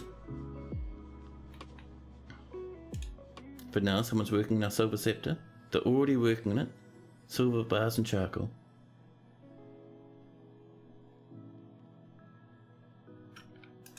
It'll take them a wee while, but they'll get it done. We'll get the message popping up. There we go. Now hopefully, that'll get popped in the right place. And right next to it, we'll do another stockpile. And this will be for our silver bar, because we'll need one of those. So none for everything. We'll come down and find our silver. There we go. And then we also need another one for a bit of coal. So, into bars again, customize it. None for everything. Bars, other material, coal. Nice and easy. And dwarves will come in, sort these out fairly quickly. It won't take them long. And while we're waiting for that, let's get back into doing other stuff, huh? Like, for instance, up here, this is starting to look pretty nice. Whew, it is so warm at the moment. My god. We have 38 lead again, heavily. Even with just the one smelter, we're going ham. This is great.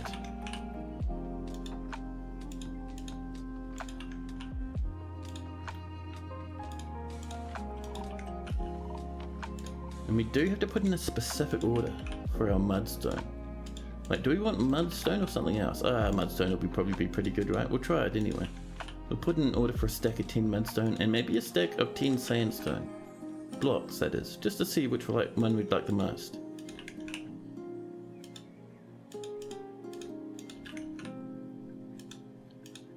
There we are. Nice and happy.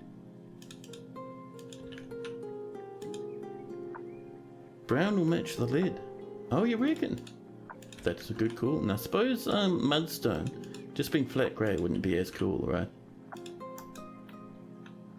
So let's go for a little bit of... We'll do two. We'll do chert and sandstone. So we'll go blocks. There we go. And another order.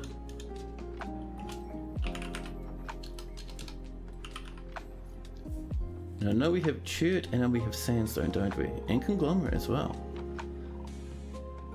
So the bottom one will be... Oh, do we not have chert? I thought we did. We have schist if nothing else.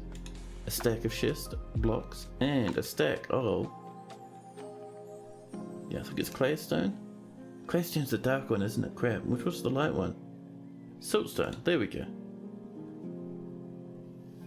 And these schists will actually change too. Whoops. Claystone.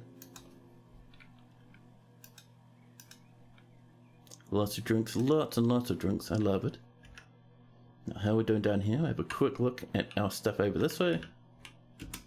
We have our bar, we have our coal. We don't have this yet. Dwarves are being exceptionally lazy, or the silver scepter. We'll try one decoration.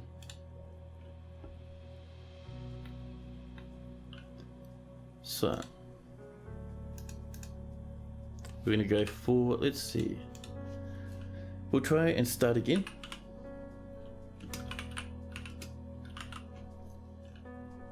And we'll do it through this way so we don't have to navigate 600 menus.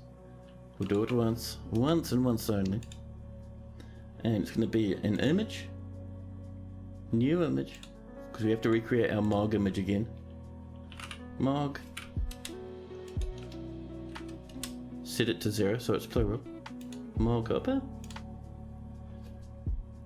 And again, we need 3 groups of Mog hoppers.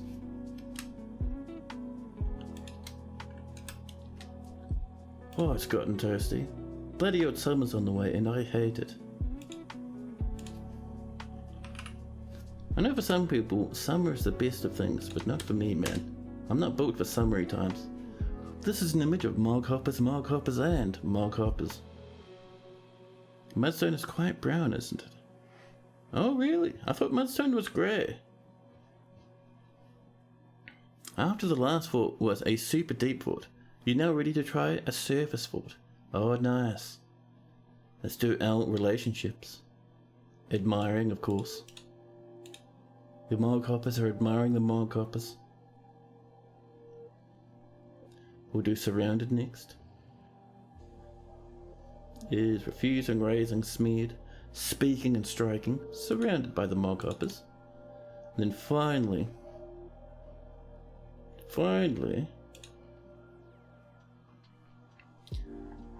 there's our embracing. Engraving, embracing. The Mog hoppers admiring the Mog hoppers. The Mog hoppers are surrounded by the Mog hoppers.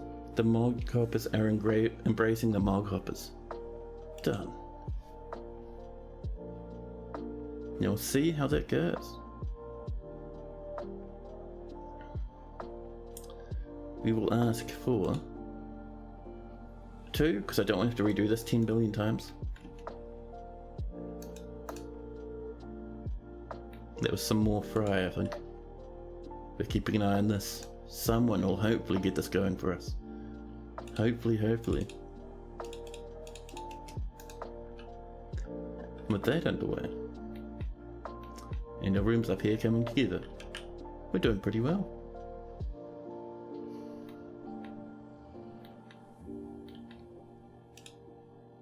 Keeping an eye on that, jumping back every now and again. Now, let's get some rooms up here, huh? We have lots and lots of limestone. So much limestone, it's ridiculous.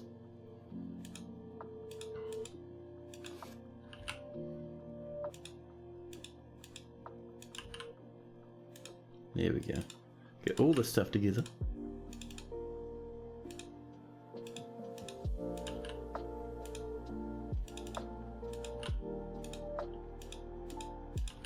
Yeah, I think the original silver scepter is in the bottom of a river at the moment. That's where our other rubbish pit is. Stuff we don't want just gets thrown into the river and never seen again.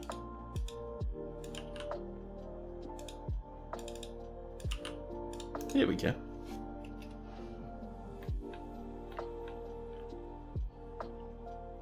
It was claystone you're thinking of, that's brown. We're doing a bit of claystone at the moment. So we should be pretty good. How are we doing over here, huh?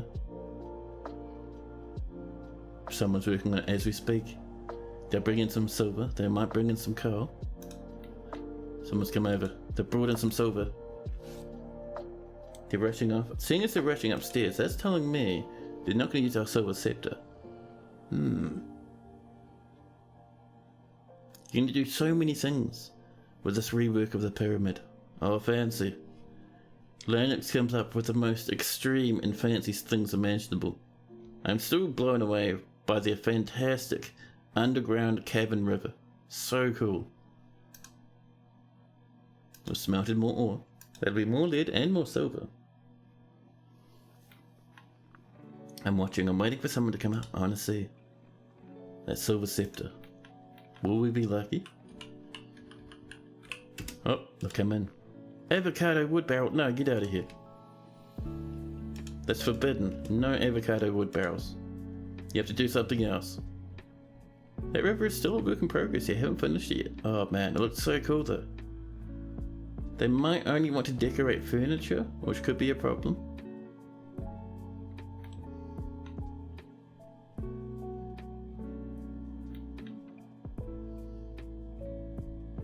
Nah, see, they want to decorate it again. Get out of there.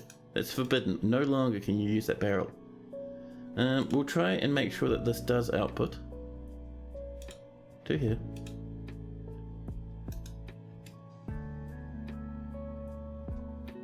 Silver bar is still in practice. So see what we're doing? We're forbidding things we don't want them to work on. Hey Linguin, hello! How am I doing? I am doing pretty good. Been having a nice wee afternoon. Apart from getting absolutely melted by this heat. I don't tell you what the temperature was over here, but it's a mystery. I can't quite see the thing and it's in darkness, so I'm going to estimate it's about 400 or 500 degrees. What are you working on? Wrong one, that's charcoal. Over here. They're still hauling around for something. No one's moved this at all, this poor old scepter. Oh, wait. A grown custard applewood puzzle box. No, use the scepter, you fiend. There's the silver bars again.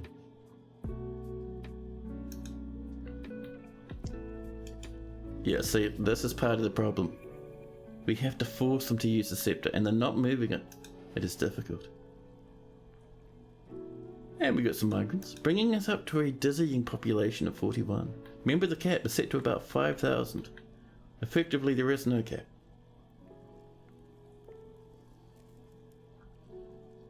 But yeah, it looks like they're going off to haul something else down here now. So sadly, studying the scepter with silver, we're going to say that's a failure.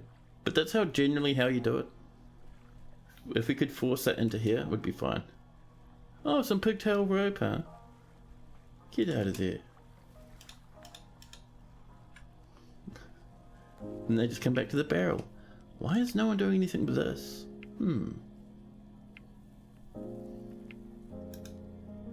Very strange.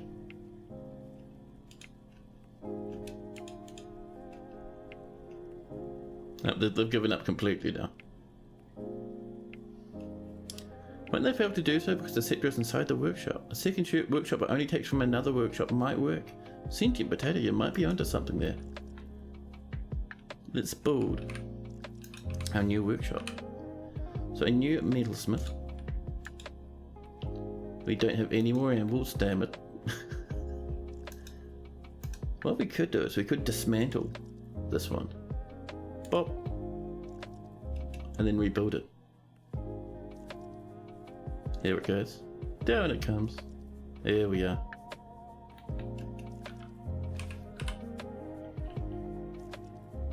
A new metalsmith. We'll put it over here this time.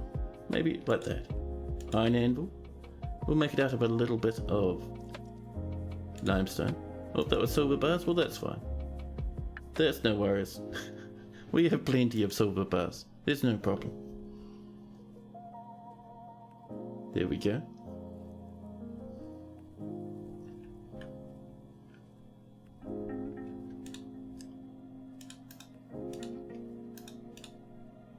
Someone's coming down to stud this with silver. Someone else comes down and grabs. Wait, don't throw out the... Well, the barrel was accidentally marked to be dumped. I meant to click that one. Whoops. Same with this lad. I only want the silver scepter.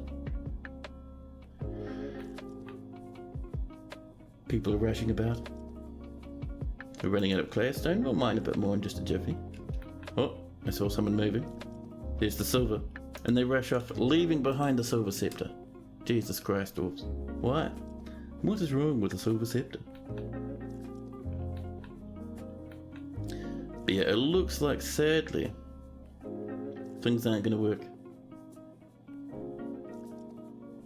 Someone brings down a lump of silver, walks carelessly past the silver scepter.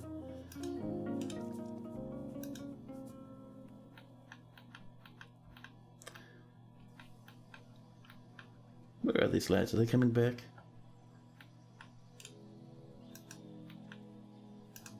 They're walking halfway across the map to get something incredibly ridiculous. Oh, I saw someone. Oh. A sheep will rope. Yeah, they're not going to start it with silver, sadly. Whatever reason. So. Sorry, Omegas, if you're still around. We're going to mark that down as a failure. I know it's a pity, but you now have a Mog Hopper rip. They're refusing to engrave this or stud this with silver. But generally that's how you try and do it.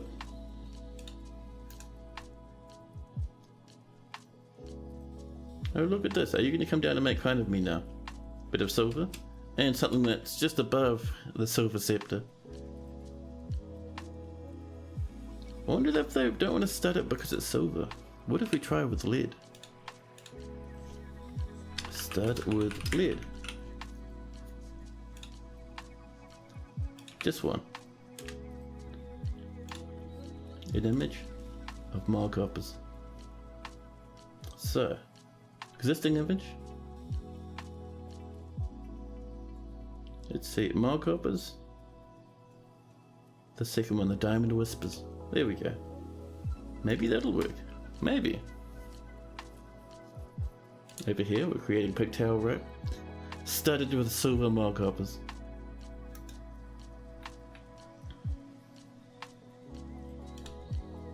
Mog, I know. The scepter has cooties. Yeah, you're probably right. Someone's probably got bed nets all over it now.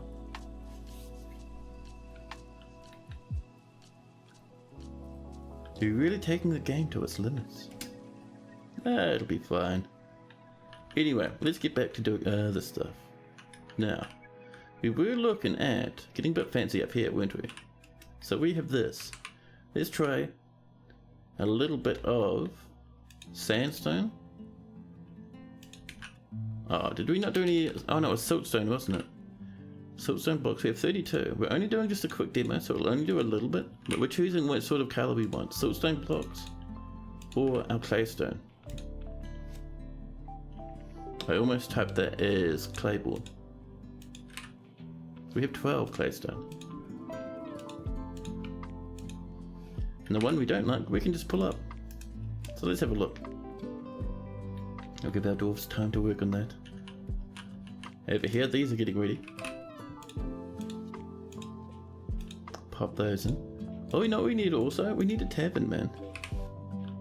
A quick bit of a dwarven tavern will go down a treat for these lads, I think. So let's get... Where's a good spot for our nice sweet tavern part 1? Let's do a tavern downstairs, actually. Yeah. So we're going to carve out right up here, I think.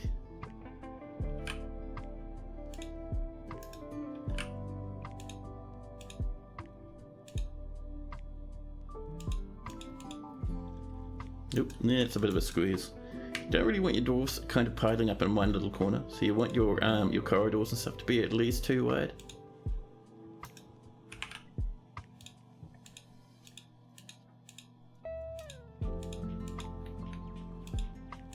And that should be intersecting with nothing, so we should be fine.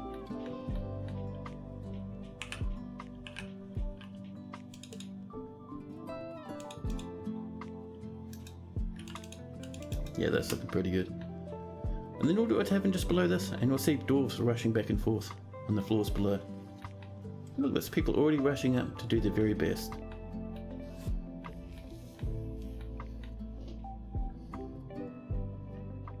Loving this stuff, man. And up here, how are we going? So, chap, what do you reckon? Siltstone or claystone as a block colour? Siltstone or claystone? Claystone's the darker one. Siltstone is the lighter one. I kind of like them both, really. A stray yak cow. It's been missing for a week. You better not be stinking up the fortress, you fiend.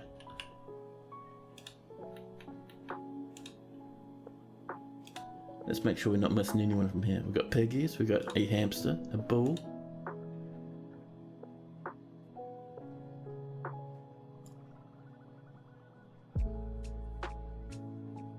alternate if that's not too hellish to designate. We could do that, back and forth. So we have 1 vote so far for a bit of everything. Let's make sure our farms are still working.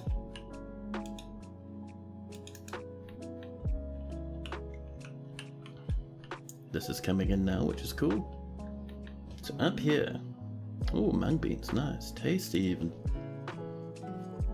So what we want up here is, first off we will channel down 1 level and we'll start putting in some rock blocks for some minecart tracks.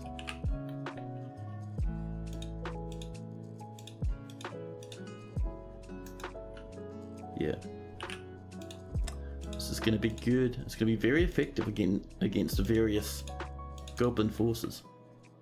Because the goal is, so once this is ready, we get invasions coming in, we toggle a lever that slams and seals this part shut. Right. And then we'll force our enemies to come into these side parts, which will have spinning minecarts. And the minecarts might smack them into a river, or they might knock them off the edge, causing them to fall into a big hole. Down to about here, and down here they'll probably start drowning.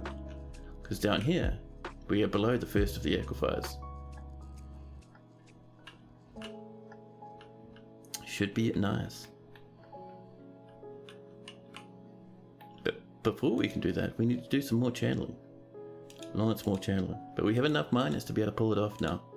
We have the materials for our minecarts as well. The only thing I'm not certain about, how much wind we have. That's the question.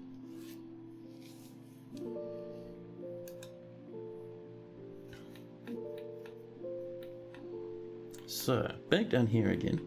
So you're thinking one then the other? Yeah, we can do that. Oops. You're in a river, surely you'll do a water wheel. We could do. I just don't know how long this river is going to maintain this course, because we were going to use some of this river to decorate our entrance at some point. Watching Deep Space alone can make you a pro in Dwarf Fortress. I don't know about that, man. I think there's plenty of people, even in the stream there's plenty of people who are much better than the game than me. But how you doing, Sniper?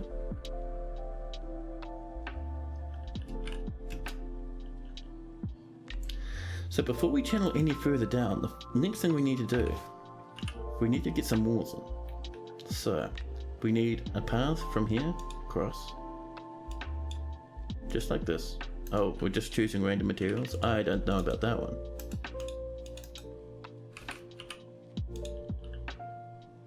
And this will be select material after placement. There we go.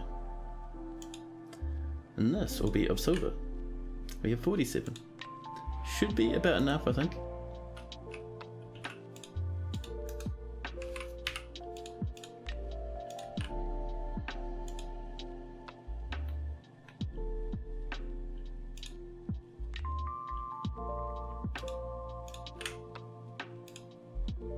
There we go. And once things get to here, this is when we introduce them to our main loop, where our minecart is.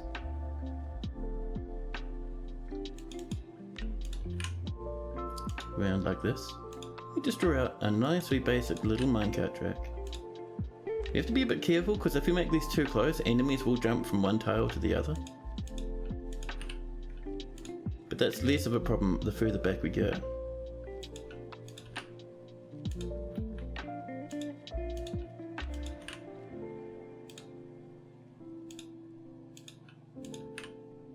There we go. And up and around.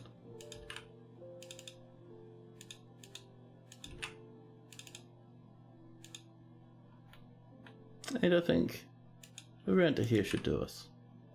And we do need a spot in the middle. We might need several spots actually, thinking about it. Because we need to transfer power across. Yeah, we'll come up with that as we come up to it. It'll be fine. So once that's built, that'll give us a nice wee track for a minecart. The other thing we need to do is, this needs to continue just back a wee bit, because this is the exit path. We do need the enemies to be able to path into the fortress. There we go. Just enough actually, that's not bad at all.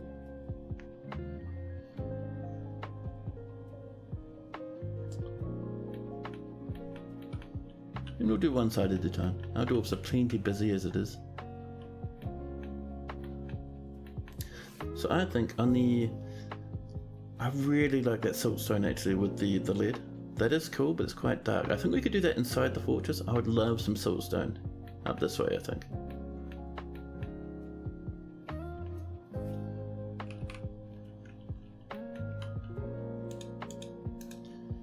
We could alternate, but I don't know. Let's try alternating first. And then we can change our mind later if we'd like.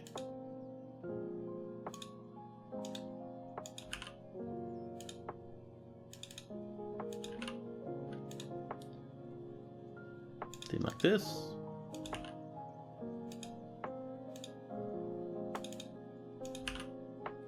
Here we are. I don't think we have much clay stone. Let's have a look. We have 7 left, so enough for just a little bit. Oops.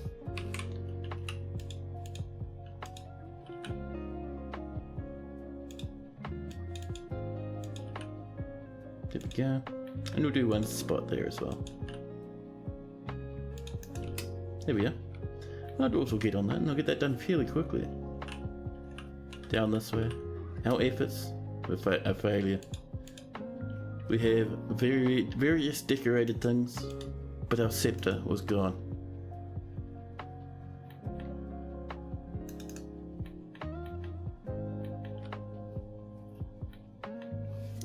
What we'll do, we will just go back to our old silver statue. Because if we can't do the image, we can do the image, but it's being annoying. We'll go for the silver statue instead. We still have this image on the way, but I don't think it's doable. And we'll just go, existing image, grab the Diamond Whispers, which is that commission. And there we go. Things will work out after all. And a baby, a peasant's given birth to a girl. Congrats, down in the sandy pits, where dwarves are being very careful to get themselves locked into weird areas. But you can see, our path is coming in.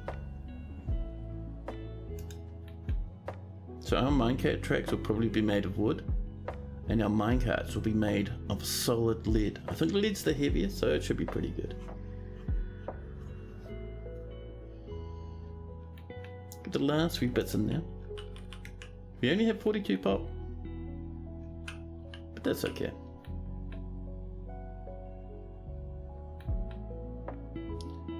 Platinum, the gold, rose gold, then lead. We could do, but we don't have gold, we don't have platinum, and we don't have rose gold. And Pep __ SP is coming with a follow. Thank you very much, Pep. Hope you're having a nice day out there. I kind of like that now that we've got that alternating. Yeah. Let's pull this up just to not waste blocks, and we'll do this properly so it matches the 3x3. Sentient Potato has 200,000 gold on their map. It's just making bucket loads of golden coins, loading them into minecarts and shotgunning them across their map. Even when there's no goblins up, they'll still shotgun them around the place, killing albatrosses, seagulls and hamsters all over the show.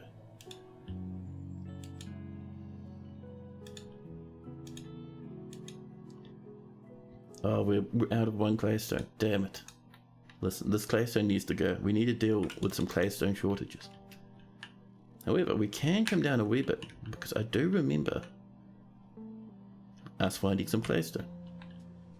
There was also quite nice gems in this claystone, so I am excited to mine a bit more of this.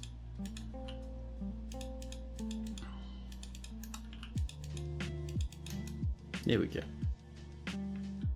You'd never traumatize your unicorns like that. That is true. You certainly wouldn't want any unicorn horn amulets, unicorn bone, cupboards, I suppose. And unicorn leather cloaks. Not at all, not ever. At least not until you get the breeding, I suppose. Food's still pretty low. I have to keep an eye on that, man. Been too lazy. Been trying to learn how to play over the weekend. There's a lot going on. What are we making at the moment? At the moment, we've got a few things going on. We have, first off, our big project is we're fancying up our entrance. So over here, you're seeing we're making this loop? We're going to have a minecart that runs around this loop here very quickly. And we're going to force enemies to come in and run across this loop, and they'll get smashed and ruined and flung off the edge. Down into this pit, down here. And this pit we're going to mine much deeper. Much deeper. It's going to be fantastic. We're going to bring it up to about this level. So about three or four levels down, and we'll fill it full of water. It's going to be good fun. And on top of that, like I was saying, down this way, we dug all this out just before. And down in here, we've been working on this, making our entrance look pretty. So we're going to do this pattern all the way around here, towards the inside of the fortress. And bring it up a little bit.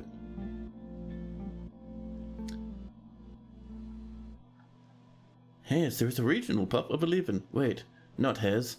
Deep.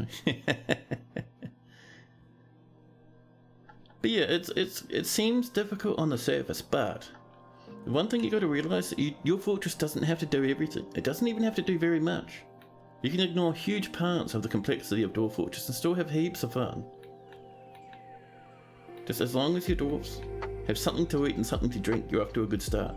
So get yourself some food by farming, by gathering plants.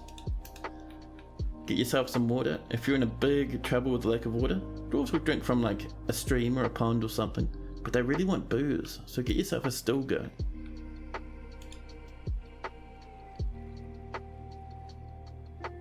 You've made the perfect use of an aquifer. You took it ramped upwards into the level above to create a double exposed wall of aquifer, and you put the water reservoir behind a wall that has fortifications in the section with the water so it can flow out. You're going to have a bridge that will let the water flow into the waterfall that you want to build. Do you think it'll affect FPS too much? Not too bad. Like, so moving water and water pressure does affect FPS a good chunk, but you'll probably find it's going to be about 10 or 20 frames, I think. Just make sure you have a lever so you can turn it all off to stop the flow if it's too annoying.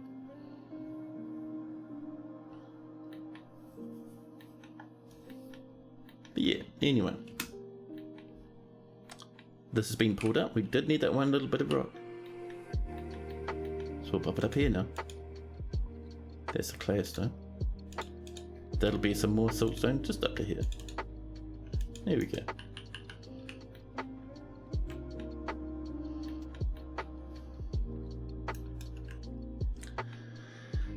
So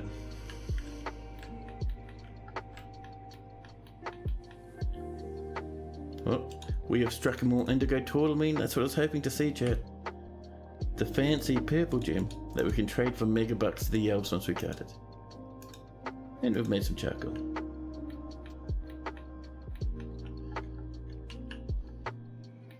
So this is mostly designated now, which is very nice. Things we'd like to do. Some engravings, just so it sticks out a bit. Gotta have a little bit of a pretty big death trap, right? And then we'll do minecart tracks. Oh, we can't carve tracks into the thing. Oh, upsetting. I suppose it can only be into raw rock. Oh, we can't select it anywhere. Well, that's weird.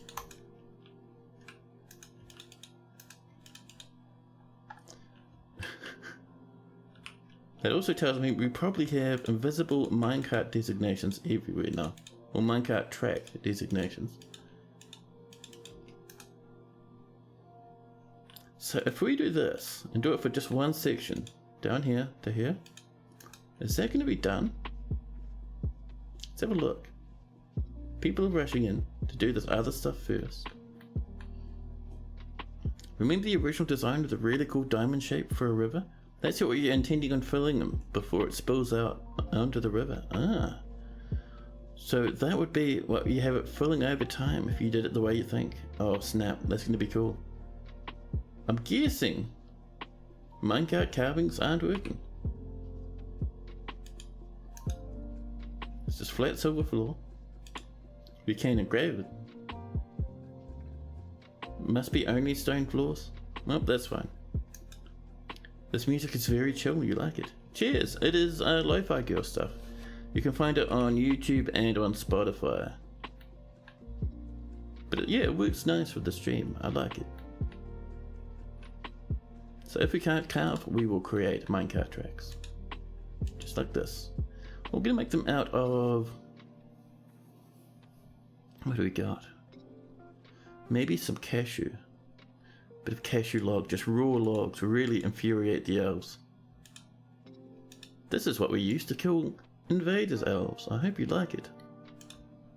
And over we come.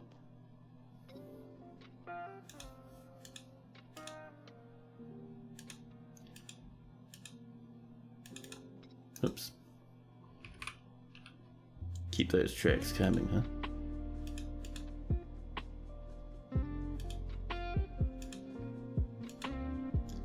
Cashew right there. Perfect.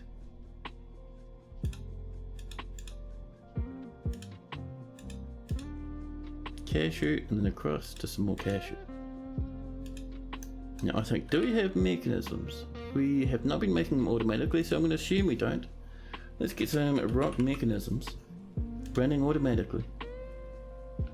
And we'll say, if there's not 10, make some. Perfect.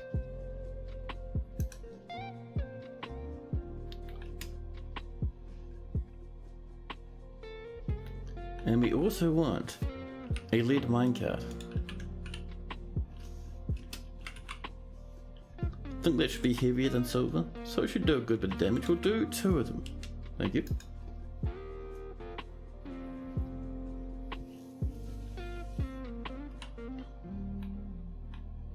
Here we go. Another thing with minecart tracks, if you're building them, you'll notice that they actually make the floor go invisible.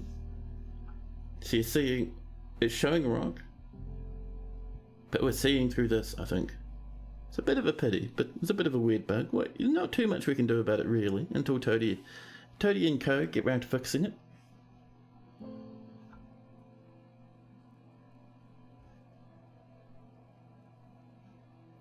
And we're waiting and we're waiting. Yeah, 109. Even the music paused there for a second. That was terrifying. So what we need now, we need rollers. We need our minecart. We need some levers. But first off, the very first thing we need is mechanisms. So I think we'll do one back here.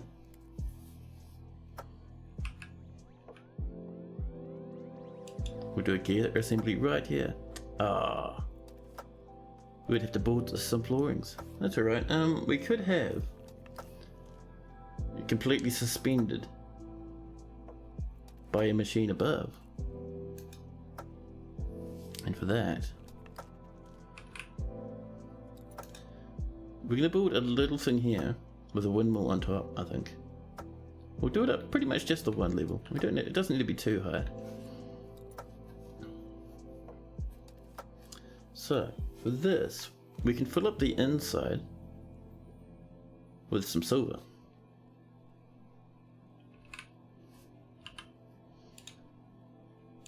Just like this. Bit more silver, we have 8, that'll do. And this needs to be cancelled, because we are going to put our mechanism there. Up here we'll put another, actually up directly above we'll just put the windmill, I think. Yeah.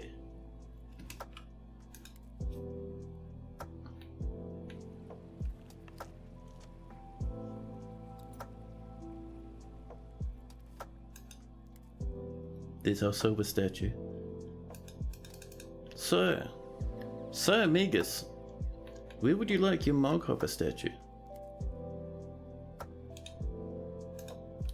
Would you like it in your dwarf's room? In your office maybe?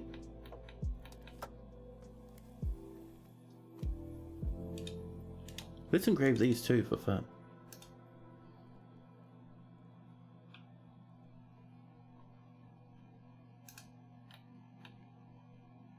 people are coming over. Getting in these little pillars of ours.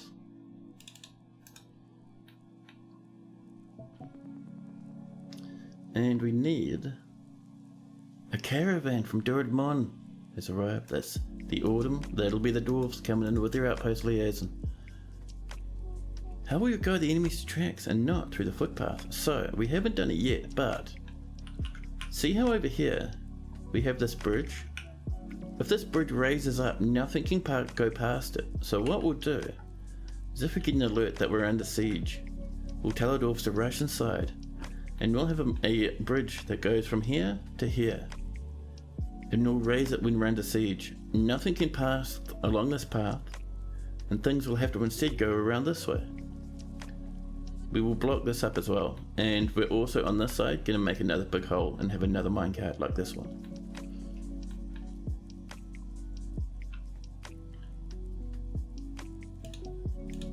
The next thing we need to do is we need some steps. I think we'll put them in here, like a temporary little set of steps. So, stairs from here to here. And we'll just make them out of a bit of cacao wood, that's fine.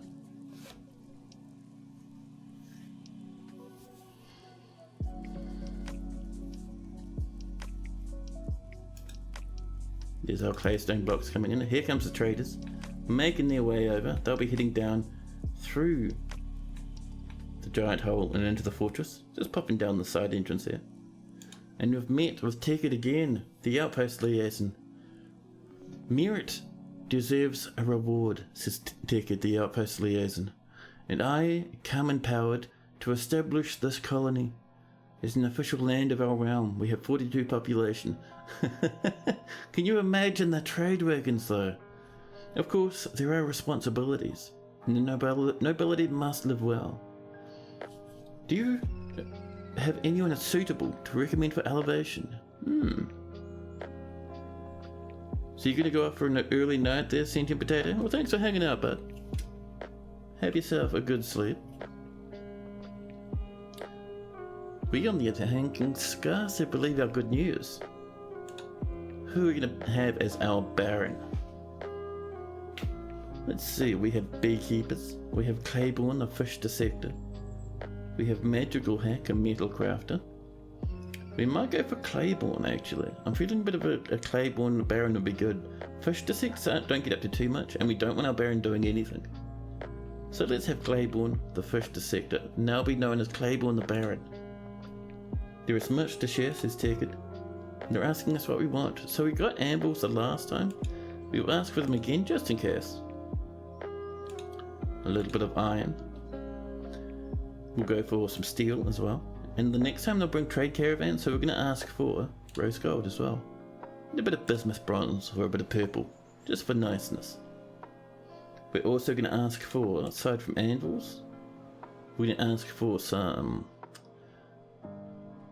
I don't know, what do you reckon?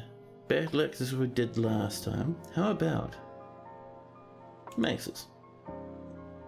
I'm feeling the mace. Actually, we could make our own maces, yeah. We'll do silver maces. But let's get some more armor. Breastplate, helms, gauntlets, low boots,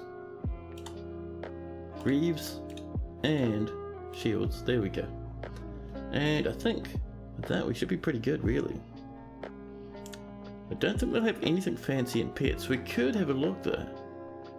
Let's come up to our pets. Where are your pets? Right there.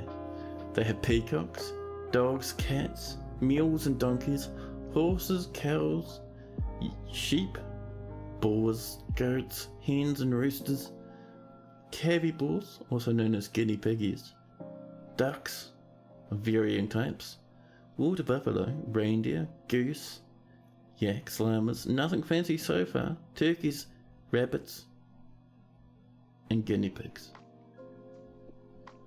The other ones must be cavies. I think cavies are also guinea pigs, or the hamsters or something along those lines. They're tiny wee lads. But yeah, we'll click down for that.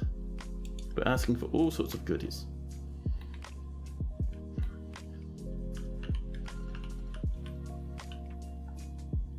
This is set up now, cool.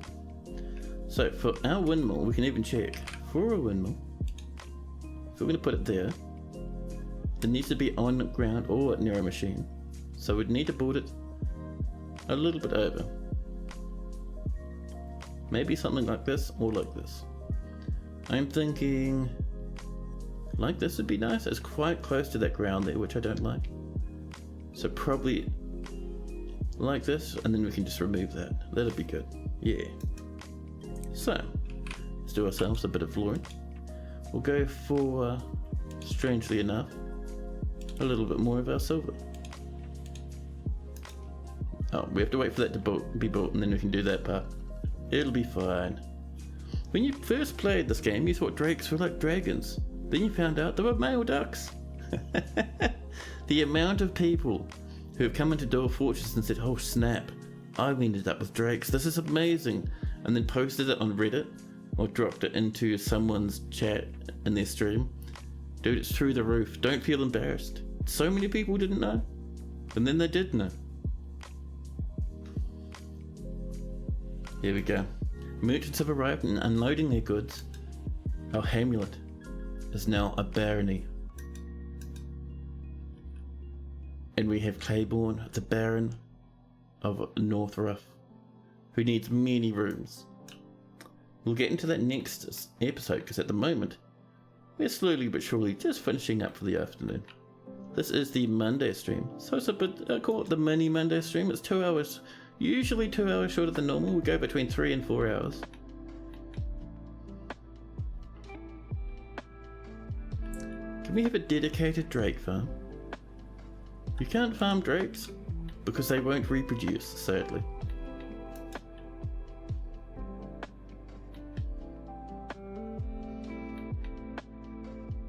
There's our minecats. Our floor's coming together now.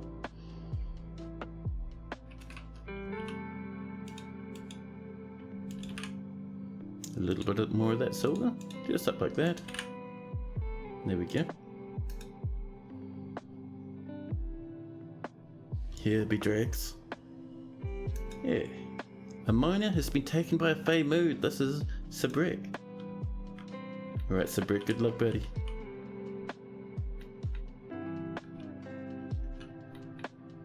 And they grab themselves a stoneworker's workshop. It's a good thing we've got a spare.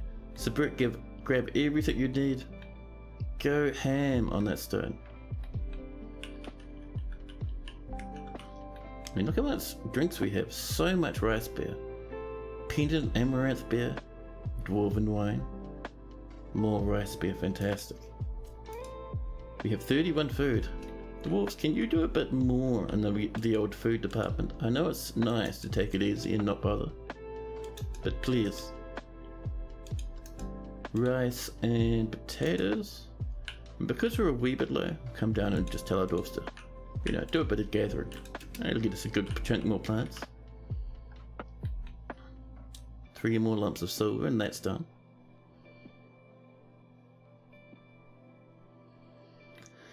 The Baron has mandated the construction of certain goods immediately off the bat. The Baron, with no hesitation, no downtime, they scream for a buckler. Listen, you fiend. You can have one wooden buckler. Why not something cool like a shield?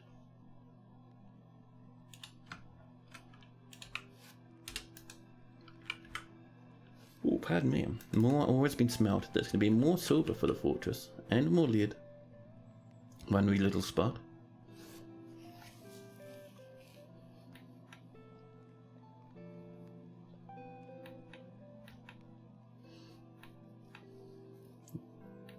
One wee little spot. You can do it, dwarves.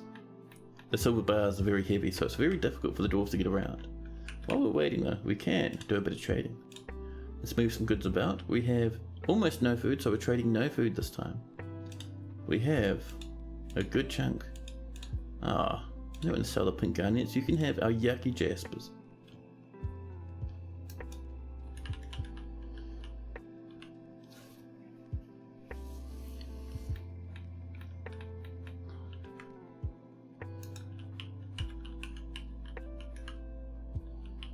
We have 38 plants, that's a bit better. That's a bit better. Bit more breathing room. Oh, Sabrick's become a mysterious construction. Sabrick, what are you working with? Past the limestone blocks and the limestone tables are 1, 2, 3 limestone boulders, a huge stack of iron bars, some single cut pink garnets, even better, water, buffalo leather, and a little bit of silver, just a touch of silver. This is going to be worth so much once the brick's done with it.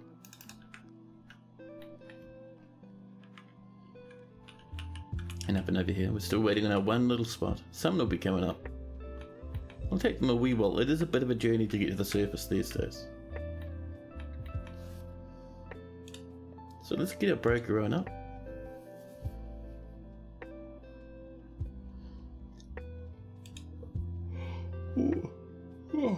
Who's doing all this yawning? My god. So not so much in the way of value this time, because we don't have the food to trade.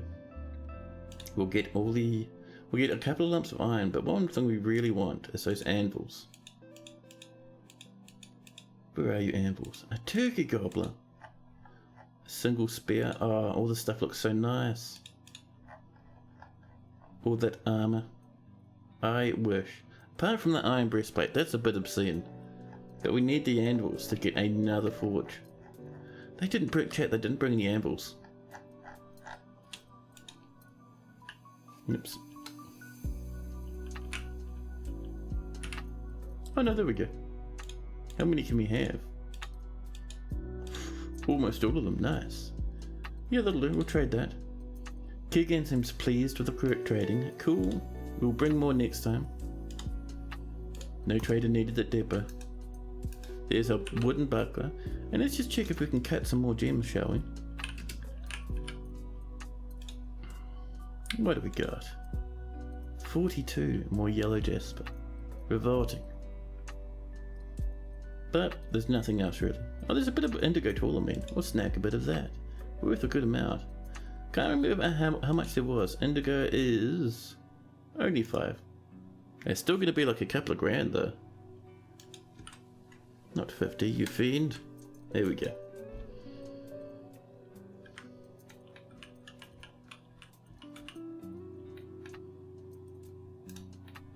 And this is ready. So let's build our windmill. Right there. We need 3 wood. We will go for a bit of... I'm feeling avocado. Is there anything nicer? We can have a rubber wood windmill. Macadamia, citronwood. I think we'll go for cashew. And we'll see how much power we get from a single windmill, because we might have to build a few. Sabrick the miner has created Lola Sodal Idog Jigim, a limestone millstone. Ooh, he offers it to the urn of chance. Root shield, the howls of distrusting. The value is 16,000 dwarf bucks. This is a limestone millstone, all craftsmanship as of the highest quality. It is encrusted with trillion cut pink garnets, decorated with water buffalo leather, and encircled with bands of rectangular limestone cabochons. This object is adorned with hanging rings of limestone and menaces with spikes of limestone and iron. On the item is an image of a forgotten beast in silver. Nice. I like that one actually. So that's a millstone. That is one that needs power to work. We could build it eventually. I mean, we could throw it up here and just not have anything powering it, but it's a bit lame. We want a legendary mill working for our legendary artifact millstone. The windmill is built, but chat, it's not moving. There's no wind. There's nothing above it, nothing blocking the wind. There's no wind on the map, chat. That means we only have one way to power this. Through the power of water. So we have to build some windmills. Some wheels, water wheels rather. So this is all flowing. So we could build a couple of water wheels on each side of this. To get a bit of power that will shunt into this. The merchants will be leaving soon. Just calm down a wee bit, huh? Still cutting some indigo tourmalines. We've done 2 really. How long have you been playing Dwarf Fortress? I don't know, to be honest. I haven't been really counting. I don't know exactly when I started, but I think it was a wee while after Dwarf Fortress went 3D. That's when I started. You know, played it and come back and played it and stopped playing every now and again. You know, as you do with most games. Oh, the merchants are gone. But yeah, so like I don't necessarily know how long I've been playing. It's been a good few years though, I'd say. Where's our claystone? Huh? There we go.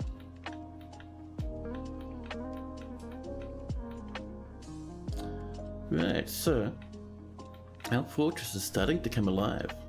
We're working on new parts of the second level. We've got a little bit over here cut out now. Every now and again you'll see a dwarf shuffle their way past. We have heaps of bedrooms on the go. Very small hospitals. A tiny wee chapel. More and more bedrooms. And this is starting to look pretty now. Look at that. The entrance is looking amazing. And up we climb, up towards the surface. Across the bridge we can see a minecart track surrounded by silver with a stationary windmill on top. Claiborne has imposed a ban on certain exports and we've finally cut out all amends. But yeah, we have made huge progress today. This fort is starting to really buzz now. It's cool. Hope you guys have had as much fun as me with this one. It's been cool, man. I have had a lot of fun today. However, I think it is that time. This is the mini Monday stream and it is 20 past 10 where I live. I need to get ready for work tomorrow. I need to have some dinner. So I think it's time for us to do a bit of a raid out. Cat cries for more. Yeah, I wish. But no, I'll be streaming again next weekend. So about 4 days from now, I'll kick up my stream. You can check out my stream schedule for a rough overview of when I'm streaming. And yeah, man, it'll be another 4 days and I'll get back to this fortress. It's been a great time. Thanks for the stream. That's no worries, man. Cheers for hanging out, everyone. Thanks for all those follows we've had, and all the new friendly faces and the raids that are coming. And of course, the subbies. You guys are legends. But for now, let's see who's online. Who are we raiding, chat? I'm certain we can find someone. Who's around? Oh, snap. You know who we haven't raided in 6 million years? I'm feeling like a little bit of Super Mario 64. Let's go visit Mr. Casual, shall we? This guy's doing a bit of a late one. He's a fun guy. I really like his streams, actually. Claiborne brought me onto them, and I am keen as beans. But yeah, chat, I'd like to say thanks so much again for everyone coming out here. Been heaps of fun hanging out with you guys. Look after yourselves for the rest of the week. Drink heaps of water. Do your best, and I will see you all the next time I stream, which will be in 4 more days. But for now, toodaloo and see you later.